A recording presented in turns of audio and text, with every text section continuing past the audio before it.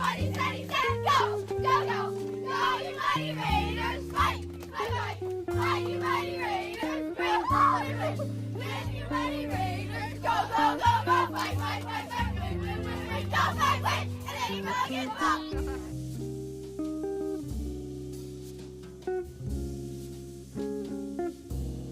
Ready, steady, set, go! Go, go! Go! Ready, steady, set, go! Go, go! Go, you mighty...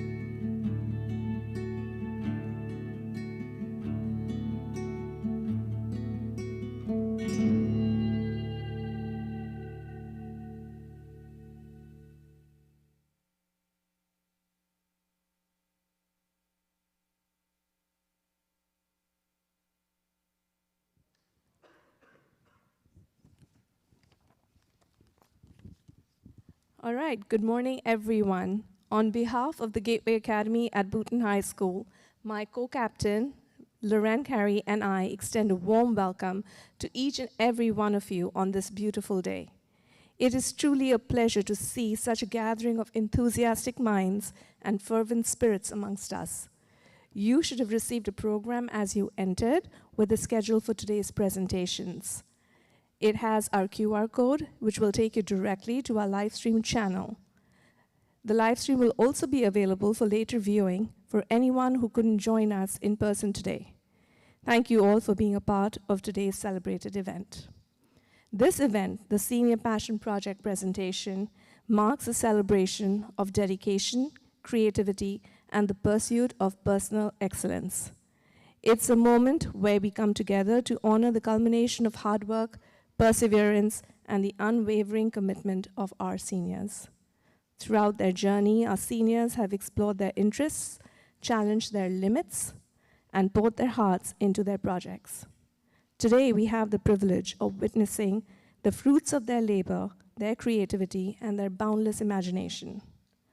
Miss Carey and I have had the honor and pleasure of shepherding these 10 Gateway scholars who, despite encountering some growing pains along the way, hold the distinction of being the third class to complete the AP Capstone program. Over the last 4 years, in addition to their rigorous academic and extracurricular events,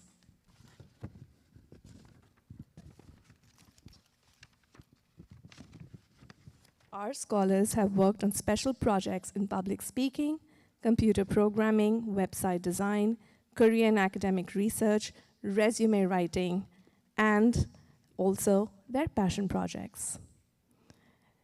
The passion project emerged from a recognition of our scholars' desire to extend their impact into the Booton and Lincoln Park communities through service-oriented endeavors. This initiative not only facilitated opportunities for leadership and career-focused experiences, but also facilitated the cultivation of profound bonds with our neighboring communities, nurturing a sense of shared purpose and belonging. In less than 2 fleeting months, we will extend our heartfelt wishes for enduring success as these remarkable individuals bid farewell to the cherished corridors of BHS and commence the inaugural pages for their forthcoming life adventures. Today, they will present the work they've done throughout the school year to help them learn and grow as a leader. Each project showcased today represents not just a culmination of skills and knowledge, but a reflection of the diverse passions that drive us all. From the arts to sciences, from sports to technology, every project tells a unique story of curiosity, dedication, and the relentless pursuit of excellence. As coordinators, we want to thank you all for your support along the way. Colleagues, parents, teachers, mentors, administrators, board members, and the greater community. Each of you play a part in the success and growth of our scholars. Together, we help the Gateway Academy thrive, and events like today's highlight our students' notable work. Each presentation will end with time for questions, and we invite our audience to engage with our seniors about their work. We will have a brief intermission around 9:55 a.m. and at 11:05 a.m., followed by a quick photo opportunity at the end of our event, around 12:15 p.m. At this time, we kindly ask that everyone take their seats, silence their cell phones, and refrain from applause until the conclusion of questions for each presenter. Thank you for your cooperation. And now, without further ado, I proudly introduce our first scholar this morning, Alicia Esposito. And I also want to add that today is Alicia Happy Esposito's birthday. Yep.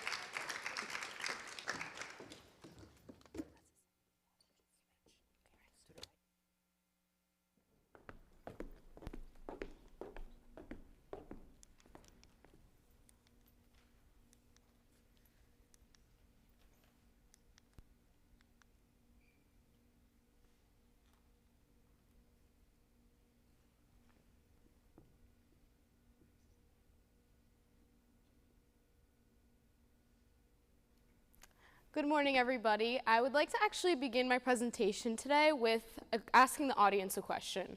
So I'm going to play this video for you guys, and I want you guys to ask me and tell me what you guys get out of this video. What do you see these young girls portraying within this video? Ready, steady, stand, go! Go, go! Go, you mighty Raiders! Fight! Fight, fight! Fight, you mighty Raiders! Win, win, win!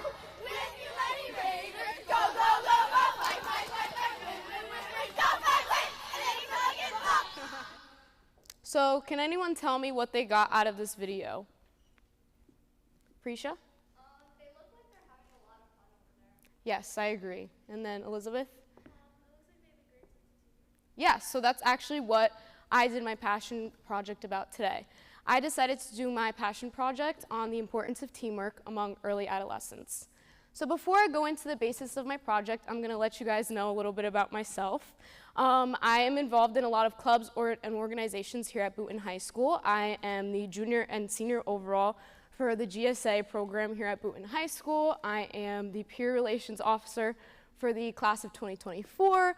I'm also a part of the National Hispanic Recognition Program and among a lot of other clubs as well that are listed up there. But most importantly, I'm a Gateway Academic Scholar, which is why I'm here today and have had this opportunity to present my project here today. I'm currently committed to Fordham University, and I'm going to be majoring in psychology under a pre-law track in this upcoming fall. So before I start to go into the facts and all of the things about my project, I'm going to give you guys a brief outlook of what we're going to go over in my presentation today. So we're first going to start with an introduction. I'm going to explain to you what the purpose of my project is, why I decided to do my project as a whole. And then I'm going to go into the research aspect that I decided to incorporate within my project to prove why teamwork is truly important in young adolescents. And then finally, I'm going to explain the conclusions that I got from this project as a whole. So what are the important factors that make up my passion project? In my opinion, I believe that the most important factor that relied on this project as a whole was my volunteer work within the community. I really needed a hands-on experience in order to really evaluate and understand the importance of teamwork within early adolescence, and I was able to do that through the program that I decided to do my community work with. And then secondly, my mentors were extremely important to me. So my in-school mentor was Miss Tiffany Henry. She is a history teacher here at Boonton High School, and she's also a teacher who's a part of the Teaching and Learning Academy. She's very involved within the school as a whole. She advocates for a lot of students to be involved with Boonton High School and a lot of the programs here, and also is a very great advocate for mental health. She's one of those teachers that is always there for you and is always on your side through whatever path you would like to take within your high school career. So Miss Henry actually specifically helped me and recommended many ways where I can do research within my project. That was one of the setbacks that I actually experienced throughout trying to discover what I wanted to research throughout the project as a whole, and she really assisted me in that. And then my outside mentor is Juliet Kelly. She is one of the advisors or the adult coaches that are part of the program that I decided to do my community work at, and she really just helped me as a whole to get at my goal and really influence these young girls and show them the importance of teamwork within the season. So what's the primary issue here? The primary issue is that many young adolescents in this day of age tend to lose and lack a variety of social skills. A lot of kids, this happens to a lot of children nowadays, specifically due to technology.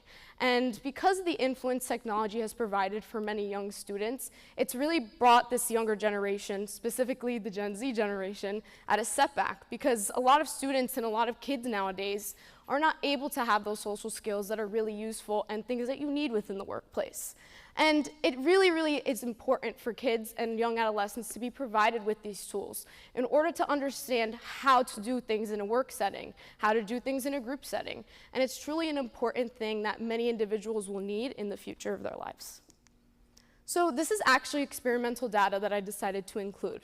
So with this is basically data from the silent all the way up to the millennial generations. This does not include the Gen Z generation, but I will show you how this relates to it in a little bit. So this data actually specifically shows the percentage of individuals who completed at least a bachelor's degree from the ages of 18 to 33 by gender. This demonstrates the difference in education rates from the silent all the way up to the millennial generation. But how do the younger generations come into play?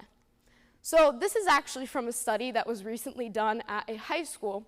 And the high school basically what they did is they tried to use different forms of technology in order to teach different social and emotional skills. And from this, it not only affected their education and the ways in which they learned things during their class time ineffectively, but it also ineffectively the social skills that they had within the social settings of their class. So as you can see by looking at here, it's about 20% ineffective, very ineffective, and 29% somewhat ineffective. So it really demonstrates how technology nowadays really brings children aback, which is why kids need to be provided with this sense of teamwork and this sense of trust within others to really gain that skill within their lives.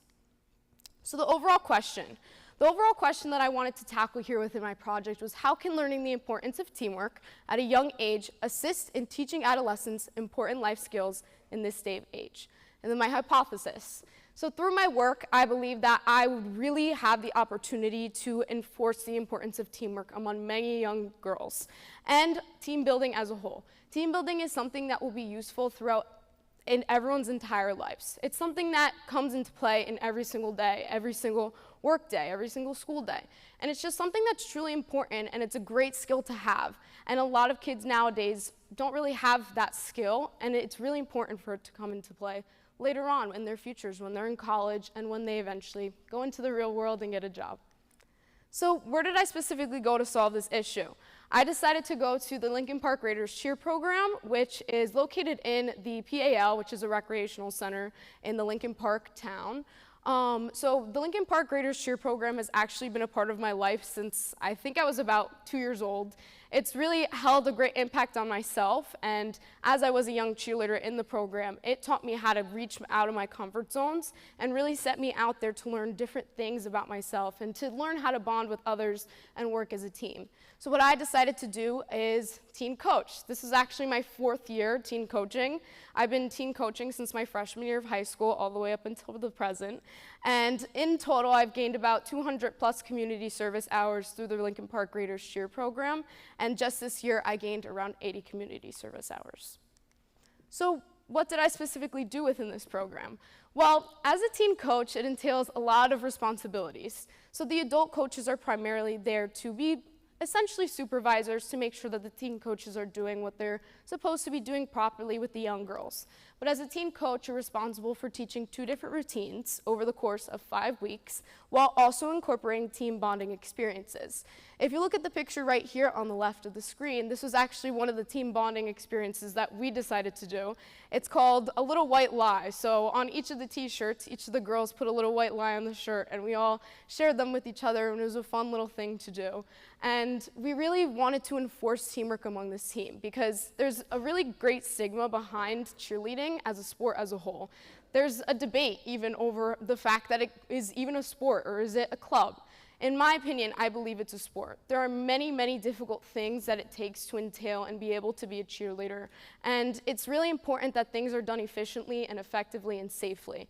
because stunting and jumping and even just walking to a different formation can be extremely dangerous and cause someone to get hurt. So as a team coach, it's really important to outweigh the pros and cons and make sure that everyone's safe while they're also having fun. So now we're going to go into my research aspect. So for my research aspect of my project, I decided to hold interviews with the Lincoln Park Raiders cheerleaders, which are the people that I decided to team coach, in comparison to the Boonton boys basketball players. I asked a few players from each of the teams 2 different questions. The first question that I asked was, how would you rate the scale of teamwork or the sense of teamwork among the members of your team? And across the board, from the Lincoln Park Raiders cheerleaders as well as the Boonton boys basketball players, it was generally similar. Most of the players all said, yeah, you know, I have a great sense of teamwork among my teammates. I think we work good together. So most of the data that I collected from that was a little biased, since most team members, you know, they would tend to say, I really think we have a great team setting, or this and that. But when I asked the second question really came into play within this, because I asked all the individuals the same exact question. And I asked, if you were to rate the trust levels you have within your fellow teammates on a scale from 1 to 100, what would it be? And this is where the great difference came into play. From the Lincoln Park Raiders cheerleaders, their average was about 85 to 100% trust levels, while the Boonton boys basketball players was about 33 to 50% trust levels. So here's the comparative data results as a whole from the entire interviews and all of the data that I collected with both of my questions. And it truly demonstrates the great difference between the Lincoln Park Raiders cheerleaders and the boys basketball players. So what does this specifically demonstrate? This can demonstrate a variety of things. This can demonstrate that learning teamwork at a young age could really affect you in the future and really provide different senses that will be carried with you throughout the rest of your life. But this can also present another bias, which is that most teenagers typically nowadays do not have 100% trust levels in basically or essentially anyone they know. But if they're learned these things at a younger age, such as Lincoln Park Raiders cheerleaders, it might help to combat that issue, because many young kids are not really able to have 100% trust in one another, which is why I feel that there is a great difference between the boys basketball players and the Lincoln Park Raiders cheerleaders. And it's also really important to note that these boys basketball players might have not been received or given the same opportunities as the Lincoln Park Raiders cheerleaders to be a part of a type of setting at that young of an age. So that could have been another gap within this research aspect of my project. And then my conclusions. So when I was asked to think about setbacks within my project, I couldn't really think about any setbacks within the project as a whole, like the formatting and the impact and things like that. The main setbacks that I experienced were within myself. As a team coach, it requires a lot of patience and a lot of time and a lot of leadership. And it's really hard to gain leadership, especially because you're working with children that are almost the same age as you, and sometimes the respect level isn't always there.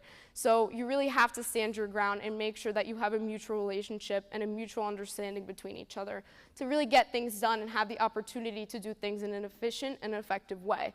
So honestly, with my perspective in this, I think that patience was also a big thing here, because working with teenage girls, the group that I specifically worked with this year was 12 to 13-year-olds. There isn't really much of an age gap between the 17-year-old and the 13-year-old.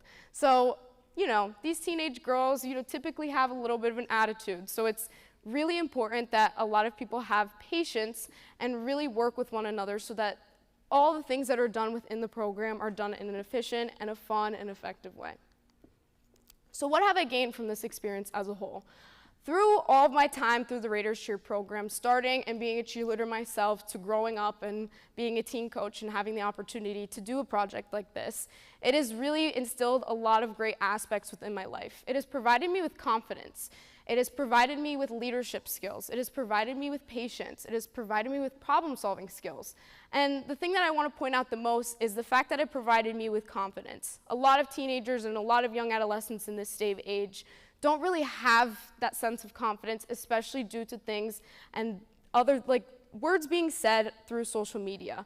Say on Instagram, there's a lot of hate, there's a lot of bullying, and a lot of students and a lot of young children don't really have the opportunity to, you know, step out there and really perceive the world as they want to perceive the world and be who they want to be. So through this program, I really believe that it provided me with a really great sense of who I am as a person, and it provided me with really great aspects that allowed me to do this project today.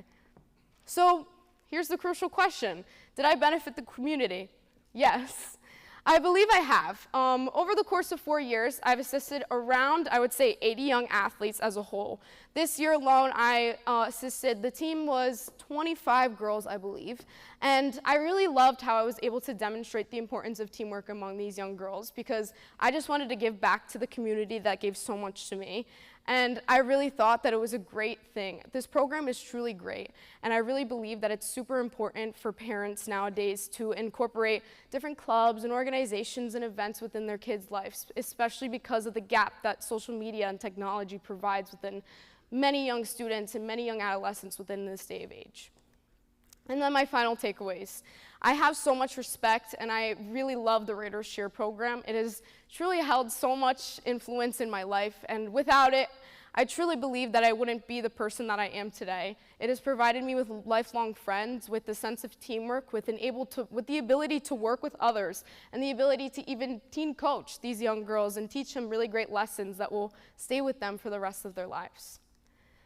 Here is actually one of the interviews that I had with Juliana. She was the captain of the A Squad cheer team. So on the oldest group, which is the 12 to 13-year-olds that I captain this year, or coach this year, they have 3 captains that are designated, and the team coaches actually choose the captains. The captains are individuals who influence the other girls on the team and show a sense of respect and show a sense of leadership across all of the members on the team. And through this video, you'll see how much the Raiders Cheer program has truly helped Juliana and really, really held a great influence within her life.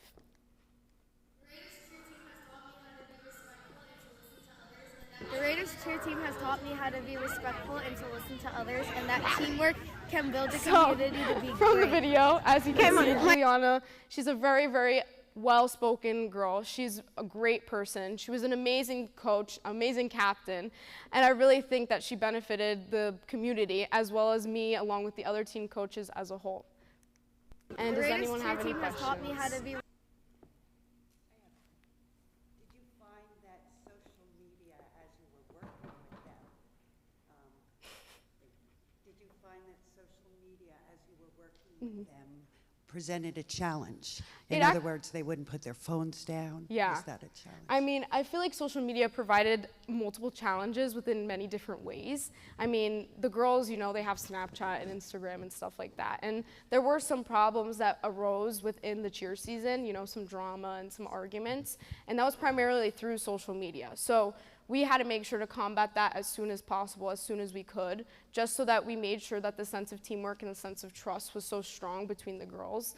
And we really tried to combat it and tackle it as soon as possible. The way that we did that is we got the stories from both the girls, and then we talked to them together, sat down with them and had a civilized conversation, and then everything was settled. So we made sure that there was no arguments, no drama, and that also another thing with the phones, it was a big distraction because when the girls would go on water breaks per se, they'd just sit on their phones and be like, oh, haha, look what like Lizzie posted on Instagram.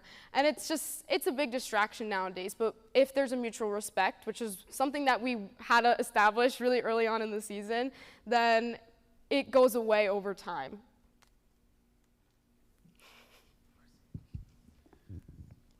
Hi, Alicia. Hi, Mr. Hurd.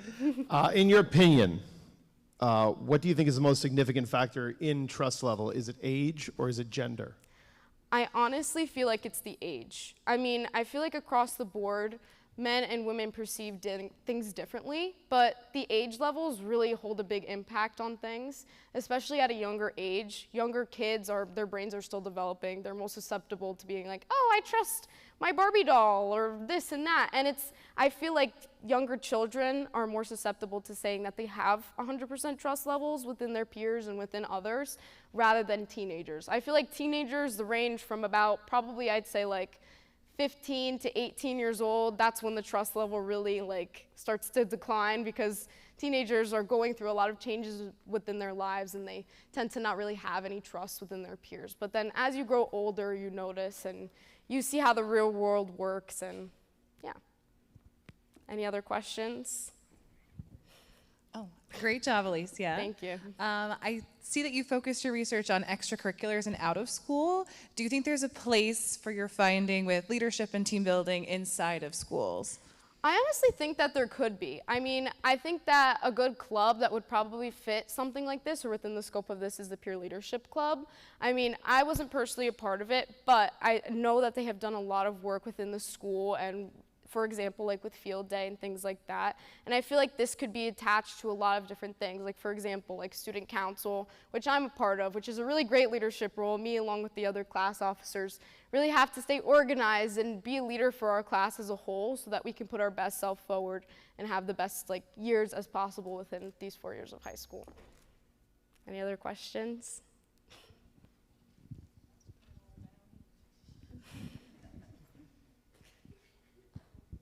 Hello. Hi. I have 2 questions for you.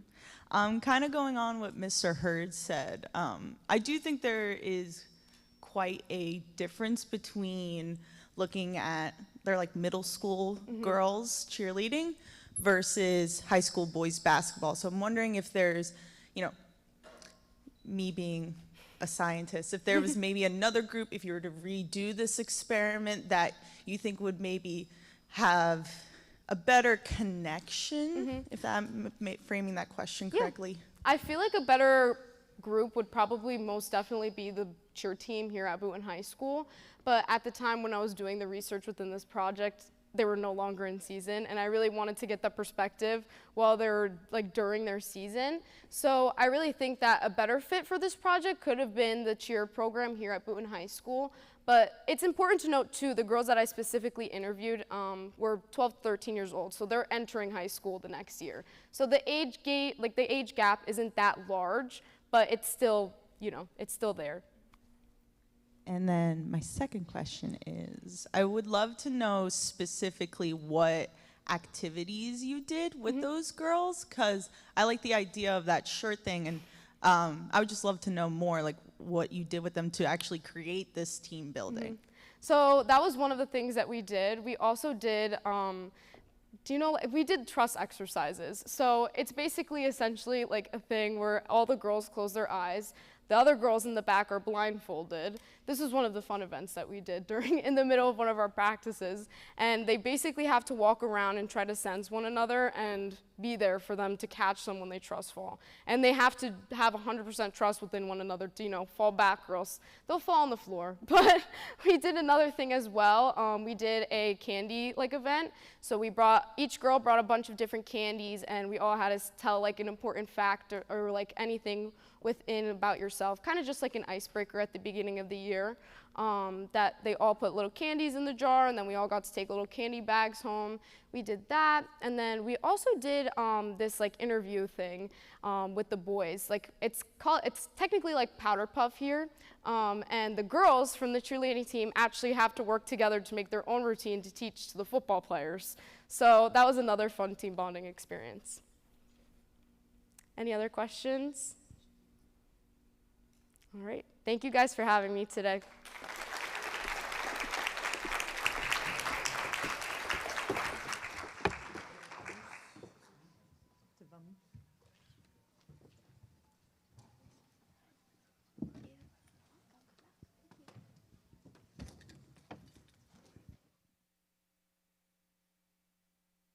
Hi everyone, my name is Madeline Tarula, and I'll be presenting here today about raising awareness for Tourette syndrome.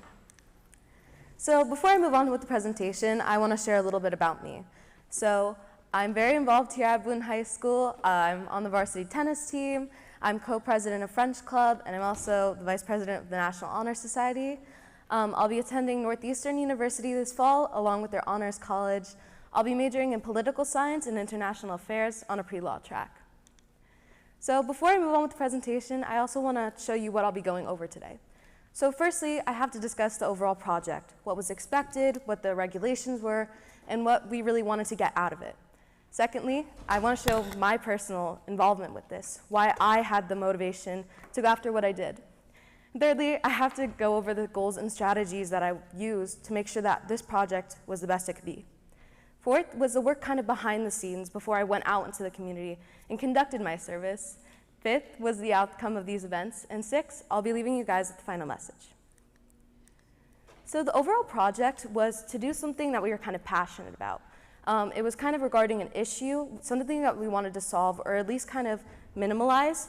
And this required a lot of meetings with mentors. It required logging your hours, making sure that you were running along and moving and progressing strongly. So what was I passionate about? So in case you don't know what Tourette syndrome is, it's a neurological condition, and it's characterized by involuntary movements and sounds and vocalizations called tics. So when I was 14, my first tic started beginning to appear. I didn't really know what it was, and I was really confused because every doctor I went to, I was provided with no answer, basically. And it wasn't until 16 that I was diagnosed with Tourette syndrome. Now, during this 2-year period of me not receiving treatment and finally getting my diagnosis, I experienced a lot of aggression from other people. People would try to purposely trigger my tics. I was treated like I was almost kind of stupid for having them. And I realized that even though that now my tics are mild, maybe some other people's aren't. And that's why I wanted to combat stigma and bullying around Tourette syndrome. So I knew that I couldn't do this alone for my project. So I asked Lisa Aguilera, who's here today, to be my community mentor. She really helped me making these presentations and making sure that I was prepared to go out into the community. I met with her every Tuesday of each month, and we just kind of went over how we were doing, what we wanted to plan, and what we wanted to get out of the project. And secondly, I had my 2 gateway coordinators, Miss Ball and Miss Carey, and we kind of went over effective communication. I had to keep updating them on what I was doing and if I was progressing smoothly, if there were any setbacks I was facing. And lastly, Miss Bialik, she really helped me with making sure and kind of reviewing all my information. She helped give me feedback on some of my speeches, what I could improve, what was already great, and she was a very helpful resource along this journey. So I knew for this project to be successful as it was, I needed to be time effective. I needed to make sure that I was giving myself enough time to practice these presentations and these speeches before I actually performed them.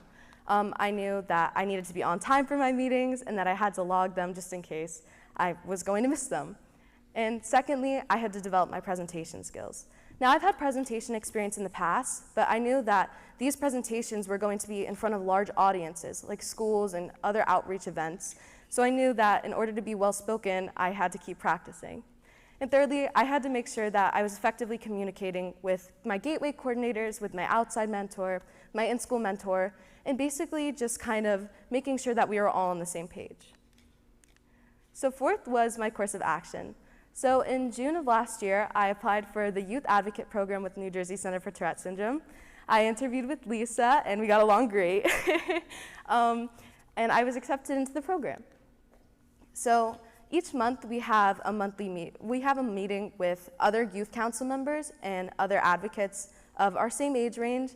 It's about like 14 to like 18 or 17, and it's basically ranges from kids in high school who all have Tourette syndrome or some sort of tic disorder. Now, at these meetings, we kind of went over ways to combat misinformation surrounding Tourette syndrome. I believe it was at my very first one that we decided to do an outreach event on social media, and we use Instagram and our other social media pages to kind of address misconceptions with Tourette syndrome and other issues, and making sure that we were spreading and advocating for ourselves. And along from that, we also went over our community event in Summit, which was happening on February 3rd. We kind of bounced off ideas of what we wanted to include, what we thought would be beneficial for the community, because this wasn't just like some small event within our youth council. It was like the state of New Jersey. We wanted to make sure that we were providing effective information, the correct information needed to make sure that people were aware of what Tourette syndrome is, what the resources are that they can use, and basically how to treat it. So I also needed to prepare my presentation work. So Lisa gave me a presentation to follow for in-school presentations and out-of-school presentations that I could use and make sure that I'm discussing everything that I need to, addressing my experiences with Tourette syndrome, and making sure that I was prepared for when I went into these places. Now, I had practiced these presentations, I would customize them to my experiences, and it was really great. So I also met with my in-school advisor, and I told her a lot about my speeches. I made sure that she reviewed them a lot because I was very scared that I wasn't hitting all the points that I needed to. And she helped keep me on track of everything that I needed to cover within these speeches and my experiences. So fifth are the actual outcomes. So on August 30th, I recorded 2 one-minute-long videos, and these were posted to the New Jersey Center for Tourette Syndrome's Instagram page. These videos kind of addressed common questions about Tourette syndrome and basically explained and kind of combated these misconceptions that are so frequently put out there regarding Tourette syndrome. So if you could.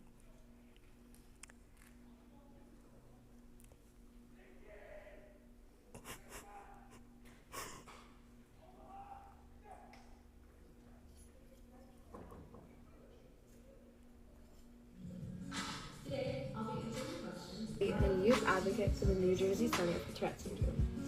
Today, I'll be answering the question, at what age do tics normally start to appear? Typically, tics start to appear between the ages of 5 and 7 years old. However, they can start earlier or later. Mine started when I was 14. Remember, TS doesn't look the same in everyone. Let's embrace these differences within our community. Included a positive message at the end, along with educational information that people could tell others about and make sure that they were well informed on what Tourette syndrome is actually like. Okay. So on December 19th, I believe, I had my first in-school presentation. So this was actually held over Zoom, and it was a presentation at Tabernacle School District, and there I presented to 5th and 6th grade students. I really enjoyed this one because I got to do a lot of activities with the students. One of them was a blink activity where the students had to keep their eyes open for as long as possible to kind of describe and feel what a tic feels like, what the urge to tic feels like. And this presentation was actually requested because someone at the school has tics, and we want to make sure that we're spreading awareness and making sure that others are understanding and don't make fun of them just because they're making a weird movement or weird sound. Honestly, I was very nervous for this because it was my first presentation, but Lisa there was really able to support me and help me, and she gave me the confidence that I needed to make sure my presentation was great. The audience was super receptive. I explained why making fun of someone with tics really isn't funny because it's a disability, it's a disorder that you can't control. And I really loved the Q&A session at the end. Basically, all the students got to ask me whatever questions they wanted, like how long one of my tic attacks where I couldn't stop ticking lasted. And I just thought it was such a great moment and that they were so receptive and so understanding that I felt like I was making a difference. Then we also had our community summit on February 3rd, and this took place at Basking Ridge Environmental Center in New Jersey. This was kind of me meeting my first, youth council members at the first time in person, and it was really great because we spoke a lot online, but it was so nice to talk to them in person without having like an hour-long restriction, and it was really great to see all of our planning come to fruition. So one of the things that we held was a kind of a panel where doctors and neurologists would speak to adult members of people who have a child with Tourette syndrome or have Tourette syndrome themselves. And there they addressed accessing accommodations, kind of getting the treatment that they need to make sure that their tics are under control and don't really interfere with their daily lives as much as they do normally. And my parents actually came up to me and they're like, wow, like I didn't know that there were so many options for people who had Tourette syndrome. Like, it was just really a great educational experience because a lot of adults came up to me at the end and they were like, hey, what neurologist do you use? Is there something you like about them? Is there something you don't like? And it was really great to know that people were more confident about accessing the resources that we're providing for them. And we also held a panel of people who are aged like 20 to 30, and they were kind of sharing their experiences on what having Tourette's is like in college, in getting a job. And it was a presentation for younger members who have Tourette's syndrome. And it was really great because I honestly learned a lot, and I have Tourette's syndrome. And it was great knowing the transition to college, getting your medications that you need to college, applying for your job, disclosing that information. And it was a really great educational experience. I know a lot of people were really happy about that, and it answered some of the questions that I honestly had. And lastly, on March 22nd, I presented at the Dare to Dream conference at Ramapo College. So this was an event for people who are going into high school who have disabilities or some type of disorder.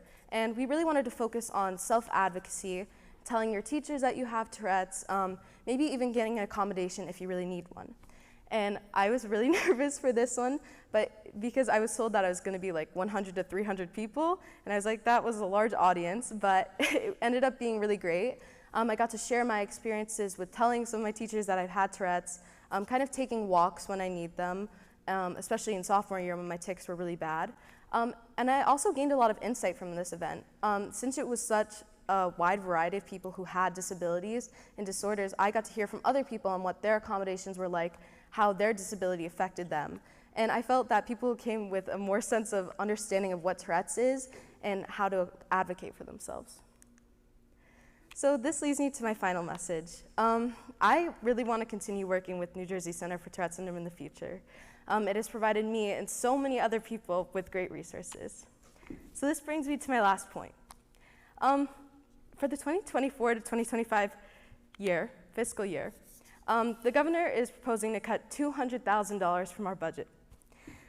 This money is really crucial to getting the resources that we need and making sure that other people have access to the treatment and the resources that they need to make sure that they're able to get the treatment and the teachers and making sure that they understand it, especially with our research labs. So I'm asking you if you could email or reach out to your legislator or your senator and advocate for getting our budget back, because this money is crucial. And I'd like to ask if you would donate. All right, thank you, that's all.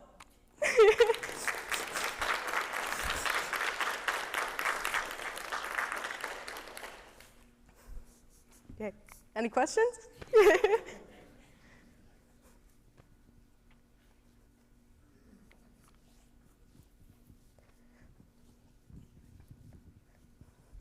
Hi, Maddie.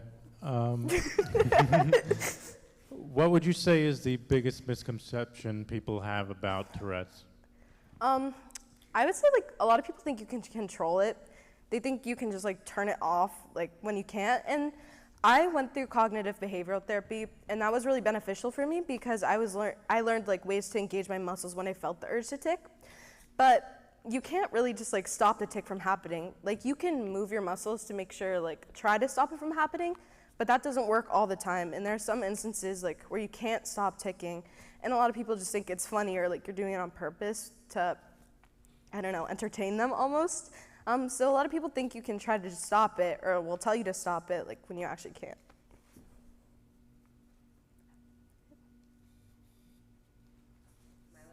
Yeah. Okay, I'm Lisa. And I don't have a question. I just want to say that it has been such a pleasure to work with Maddie. She made me cry throughout this entire presentation. But it takes a lot of courage to talk about something that is so very personal. And so I just wanted to give Maddie another round of applause because she is incredible.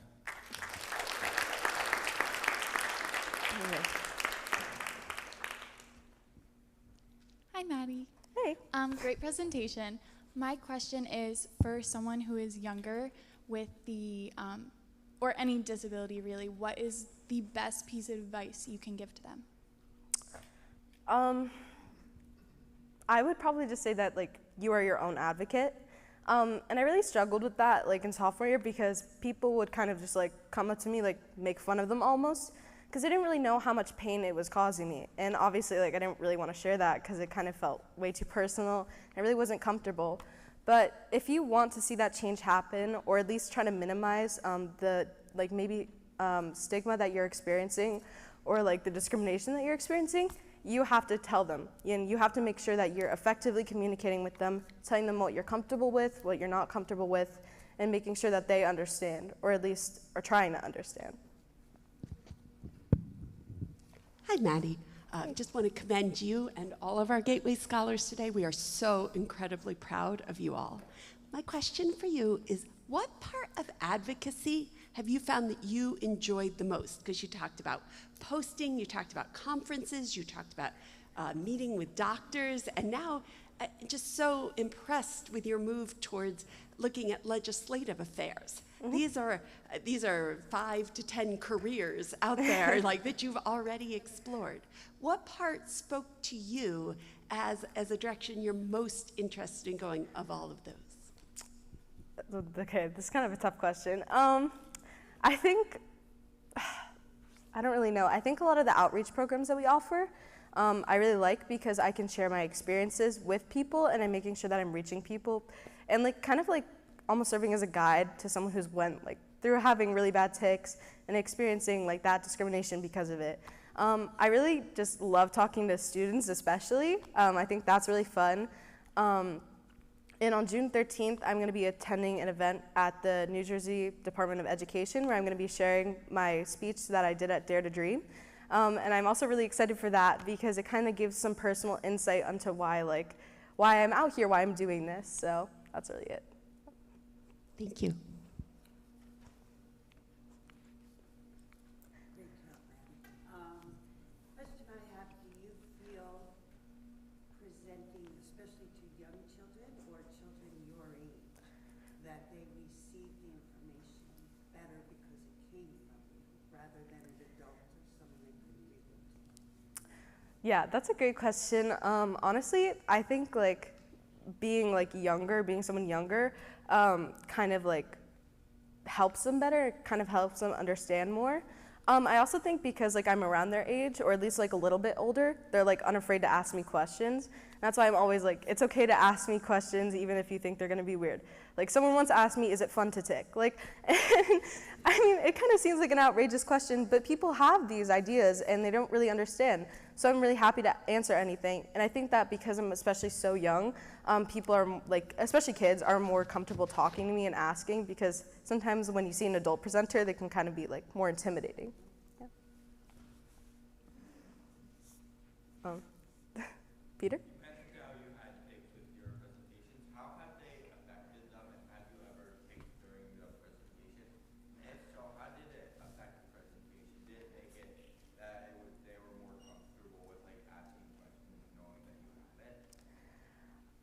Sorry, can you repeat that? I didn't really hear it. Yeah.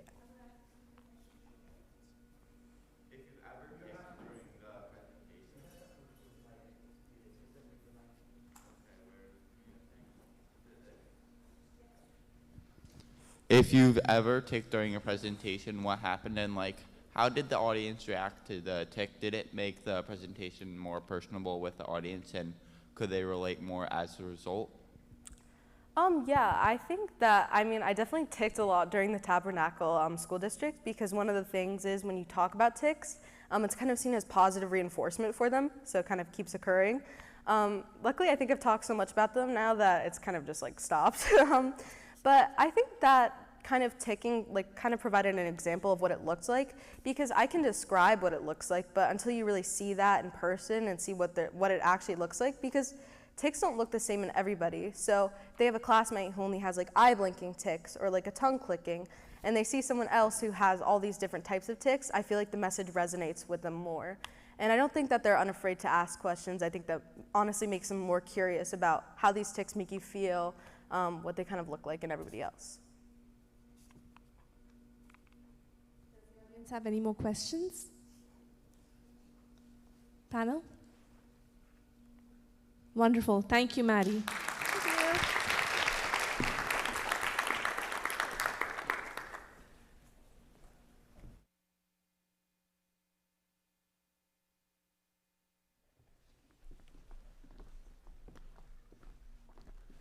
Alrighty, I'm Michael Zerker, and for my project, I fixed a dog park in Lincoln Park. A little introduction about myself is I'm the vice president of SRA, and I'm a scholar athlete, as well as a Gateway Scholar. In the summer, I will be attending the military academy at West Point. My strengths align with Army ideal, my idea of resiliency, and my idea of selfless service as a whole. And I plan to use this in my project moving forward. For the passion project, we had to connect the idea of our passion and a problem that we found in our community. So I found that the dog park in Lincoln Park is in complete disarray and it floods like crazy and there's a lot of problems with it. And my greatest passion is knitting communities together through my selfless service. A few years ago, I did a food drive where I knitted Lincoln Park together, collecting 1,000 pounds of food for people in need. And last year, with the Gateway community, we collected 300 books for a local library. So over the course of this project, I'll be going through a 5-step plan. I'll be showing you how I planned this project, what I did, what the outcome was. I'll tell you a little bit about how it ended, and then I can share you guys what I learned from this experience. For my first step, I had to communicate with my mentors and get my idea out there. So my in-school mentor was Miss Oliveri, and I wanted to work with animals. So she came up with the idea for a donation drive for animals, similar to how I did my freshman year. So I already had experience with that idea. However, we came into an idea that not a lot of people are willing to donate, like, it's such a specific supplies. Asking for like leashes and dog food, that's not something everyone has. So we couldn't do that idea. So then we decided to do donations in multiple locations. I reached out to local businesses, and I was going to put a box where people can drop off any donations, especially at a animal shelter. So this is my out-of-school mentor, Christine. She came up with the idea of an adoption day, where, because she runs an animal shelter, we could designate a day where we could have a bunch of animals out, we could have a lot of fun, and hopefully adopt as many dogs as we can that day. And then she also came up with the idea of fixing the dog park so we can actually host an adoption day there, which I thought was an excellent idea, and we ran with that idea all the way through. So some research prior to this assignment is I had to find out some information regarding, like, how many dog owners do we have? And through the public health department, I found that we have 900 dog owners in Lincoln Park, and yet we do not have a functional dog park for them as a whole. So I set out to solve this problem through some SMART goals. Early on, I wanted to draft what needed to be fixed. I wanted to reach my community leaders so we can do this project legally and start beginning repairs in April and May. And then I wanted to also construct play structures for these animals. I wanted to publicize my completion of this project so people can actually bring their dogs in to have it used. And I was going to advertise this through local businesses, along with having the donation boxes at local businesses. Here's a timeline of my events of how I went through this project, the research going through, examining the park, organizing a team, and then sharing with you today. And then I plan to complete the project a few weeks from now. I'm currently awaiting the DPW to help me out with this project. Speaking of the DPW, we're going to get into that shortly. For this project, we had to get approval through, I contacted Mayor Runfelt, and he brought me and taught me that, hey, I got all these people, go out and reach out to them specifically, because designation. So he encouraged me to talk to the superintendent of recreation, Cassidy. And she helped me with how to actually continue through this project of repairing this dog park. And also, she's going to help me with advertising once this project is complete. And then for the muscle of this project, we have the superintendent of the DPW, Bayer. He is going to help actually with the construction portion of this, along with high schoolers that I roped into this. And we're going to all work together and get this project fixed. We're going to fix up the dog park as a whole. So now that we have our plan, we can actually get through to what I actually did so far. So like I said earlier, you can't just go into a public park and fix things. Although you think you're being helpful to the community, there's lots of legal guidelines you have to follow, a lot of parameters that are put in place. And that was a huge problem that I encountered, is I didn't know that at the time. So I had to contact risk management and draft up legal documents to make sure this was legal. So this is a waiver that we created for people who wanted to help me with this project. I have about a dozen high schoolers that are going to help me with this project. And so this is so that Lincoln Park is not liable for any injuries sustained during the repairs. So here's a small group of people that helped me early on with clearing out debris before we actually went into the park later on. So that's Trevin. He's messing with the tires that have been dumped in there. There's Cody and Paige, and they're all very helpful people, and I'm proud that I have them on my team. So here's an advertisement that we are going to send out once I complete this project in a few weeks, where we will encourage people to bring donations to a local animal shelter, and we will also encourage residents to actually check out the park once it's completed. So, for local businesses I contacted Wingman because I saw that they work with Boonton already. They're very receptive. Currently, I'm waiting approval from them. And of course, from the animal shelter that Christine works at, We Love Dogs, because they are going to help supply with information, and they're going to help. I'm going to advertise that you can give donations to them at any time. They will take it. This project.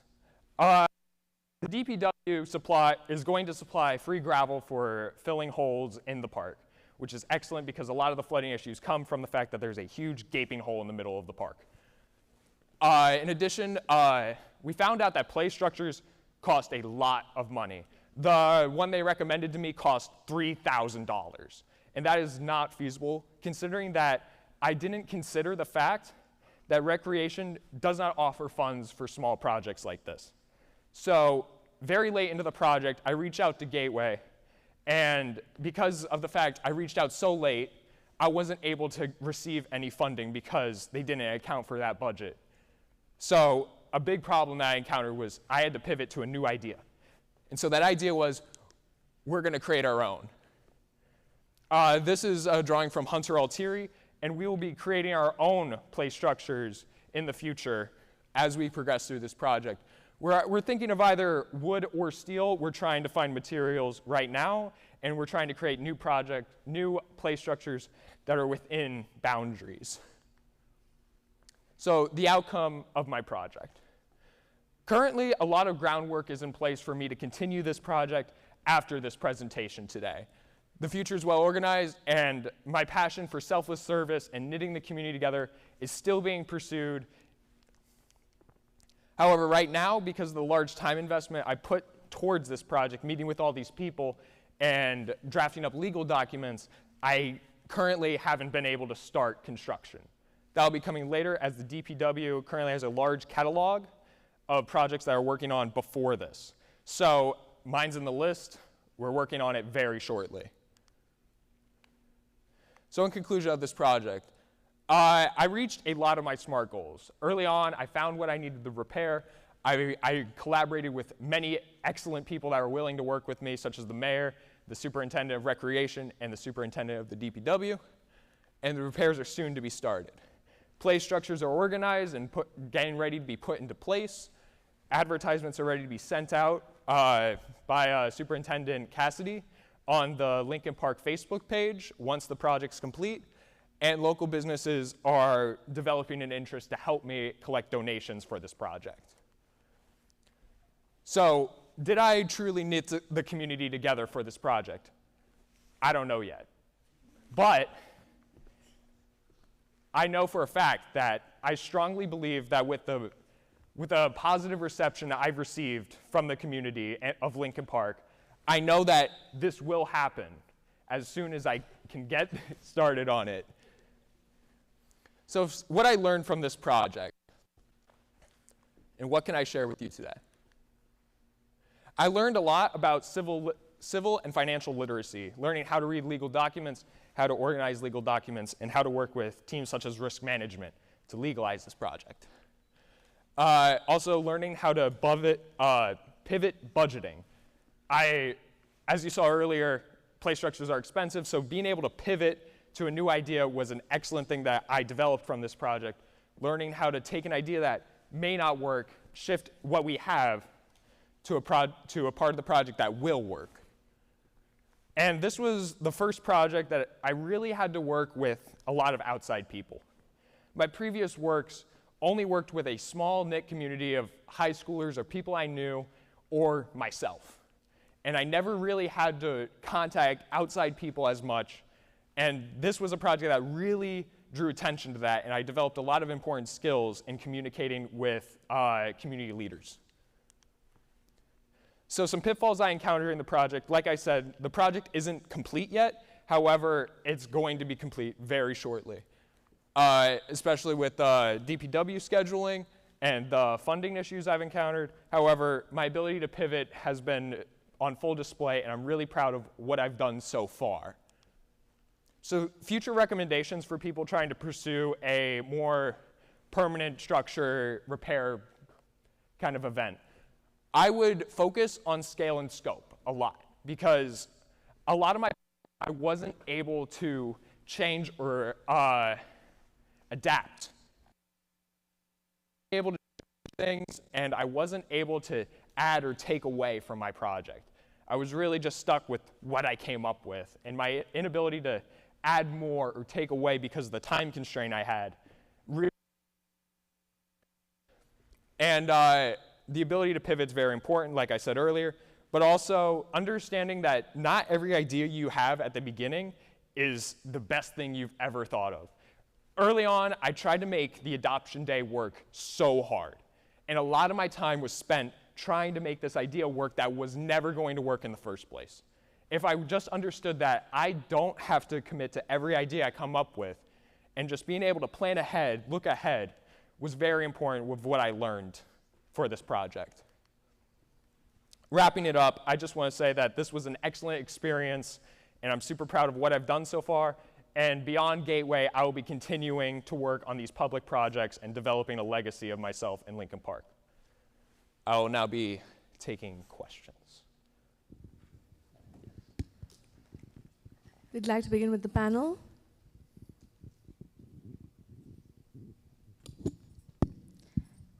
Hi, Michael. It was admirable project. Obviously, this project has taught you to go through all the subject pretty much you learn in school, from math, science, social skill, leadership. So you have built up all your skills, and I am really so proud of you.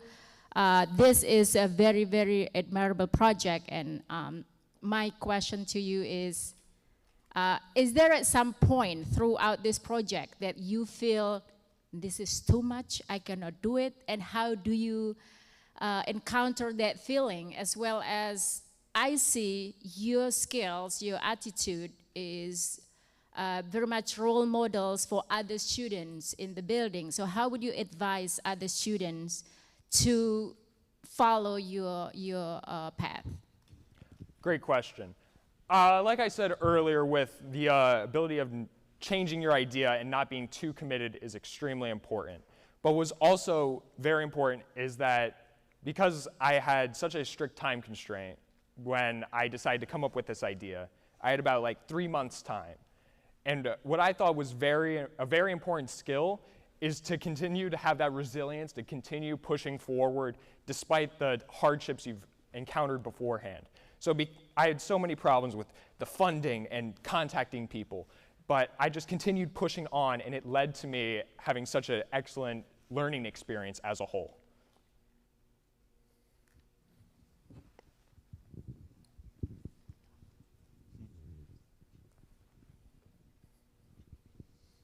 Hey, Michael. Hey. Love the idea of the project. As someone who adopted their dog at an adoption event and is always looking for a dog park, I'm ready to be there on opening day. A few things I wanted to just sort of bring up and offer before I get to a question. Definitely check out, like, we work with Serbo Lumber. They're our lumber supplier for the school. You had mentioned possibly doing metal work. Metal Supermarket in Fairfield, they have offered to donate materials when I've reached out before. And definitely, think about looking at asking local contractors or builders if they've got extra materials after a project, since you're gonna need pressure-treated lumber and things like that to withstand the outside environment. So I just wanted to bring that up as something to keep in mind, since I know you're in that planning process. Now, for this project itself, it is a difficult thing, having to work with the town and having to navigate all of the seemingly endless departments and work through that. What would you say? What's the biggest takeaway that you could give to other students or someone who needs to go through a similar process of trying to figure out who to talk to, who to deal with, and how to navigate the bureaucratic landscape of a public project like this? Great question. For that beginning part, that was really helpful. If you want to email me that would be excellent. Thank you. Now for your question, for someone encountering a similar project like this, I encourage them to reach out to as many people as possible, as soon as possible, even if you don't think they'll be helpful. Because understanding who can help you, just in the smallest respects, is enough that could help push the project along in a way that could be beneficial for hitting deadlines.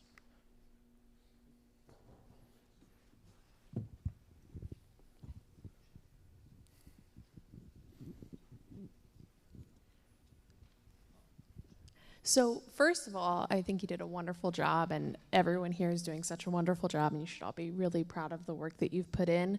Something I was thinking about as you were presenting is the amount of leadership skills that you highlighted in your presentation. And I think a big part of leadership is learning how to be flexible, but it's also communicating your vision when things have to change.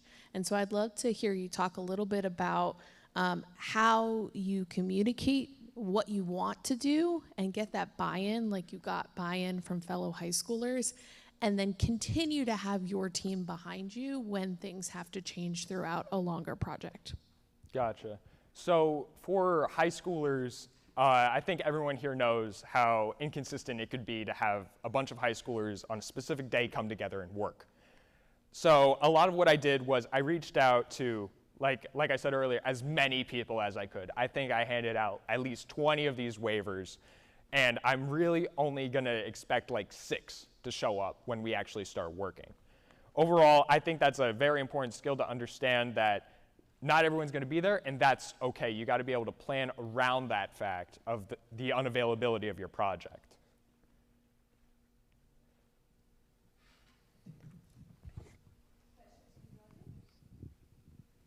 That's okay. Back to you.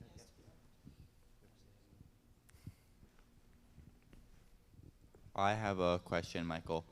So you mentioned that you handed out to people and your friends.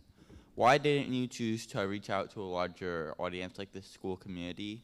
And you mentioned how it was on Lincoln Park. Why didn't you ask your local community and also the school community to help out, as therefore you would have gotten a larger amount of volunteers?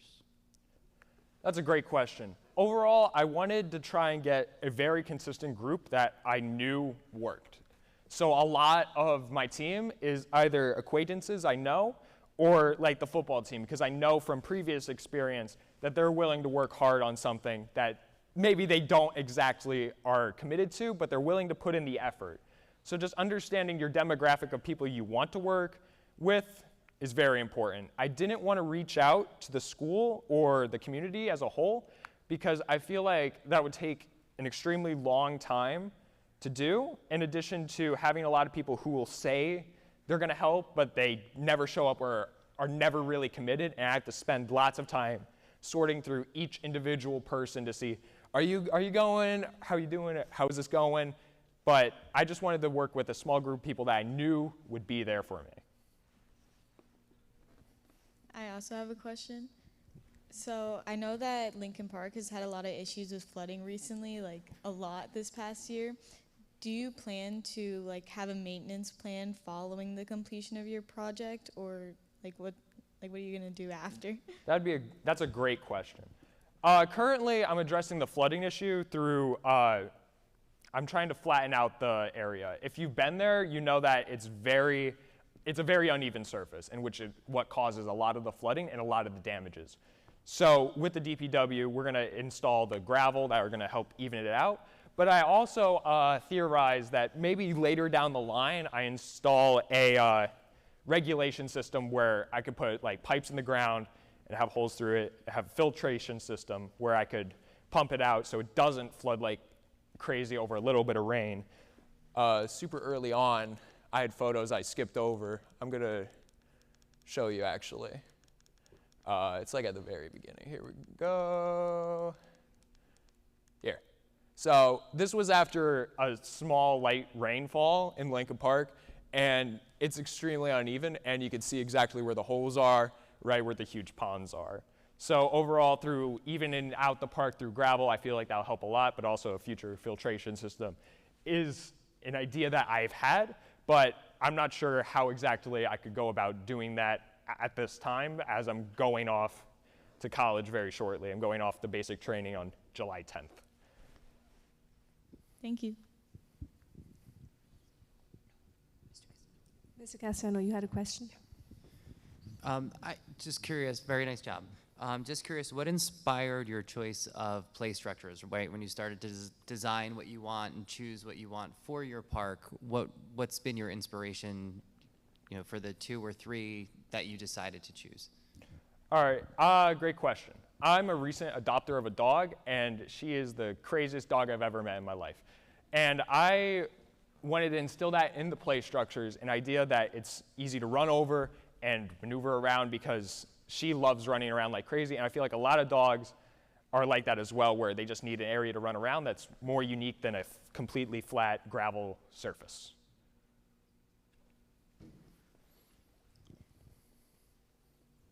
All right, we got any more? Great, thank you, Michael. All righty, thank you.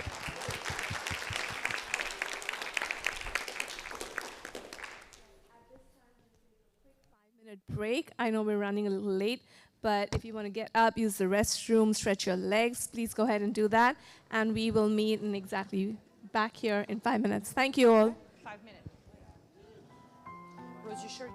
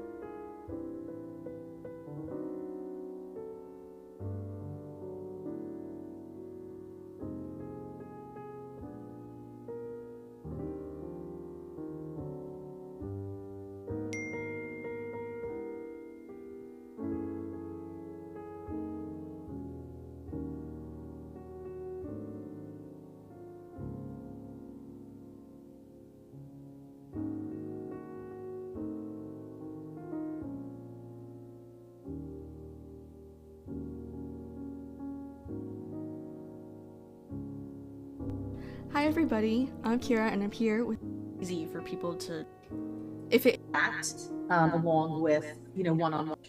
So that have to talk to the vision cycle themselves, or they still yeah. But yeah, we're coming to the end of our interview. So could possibly be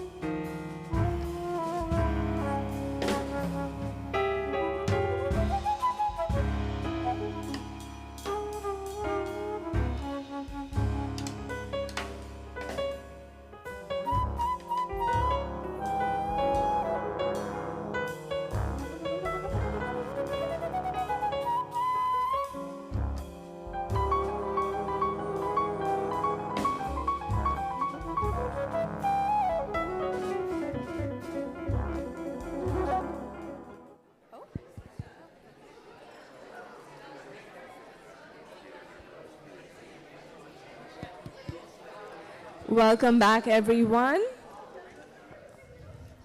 Thank you for your cooperation as we settle down, and we're running a little bit late, but we'll get right on with the next presenter. Please welcome Kira Cook.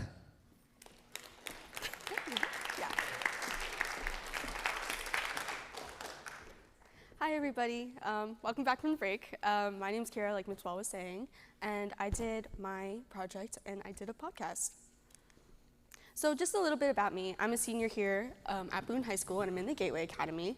I'm also pretty involved in the school. I'm involved in NHS. I'm the head of videography at the Boonton Broadcasting Club, which is actually what really inspired me to do this project.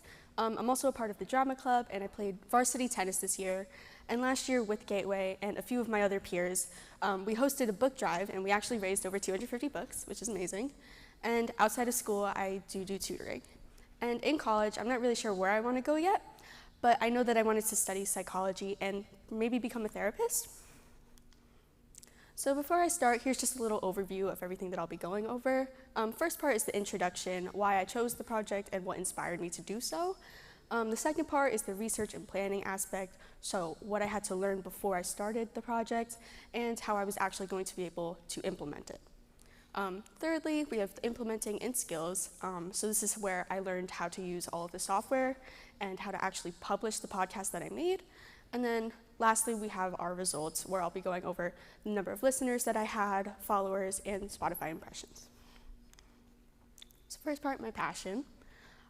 So after the global pandemic hit, COVID-19 kind of wrecked everybody's lives in one way or another, and this affected people all over the world.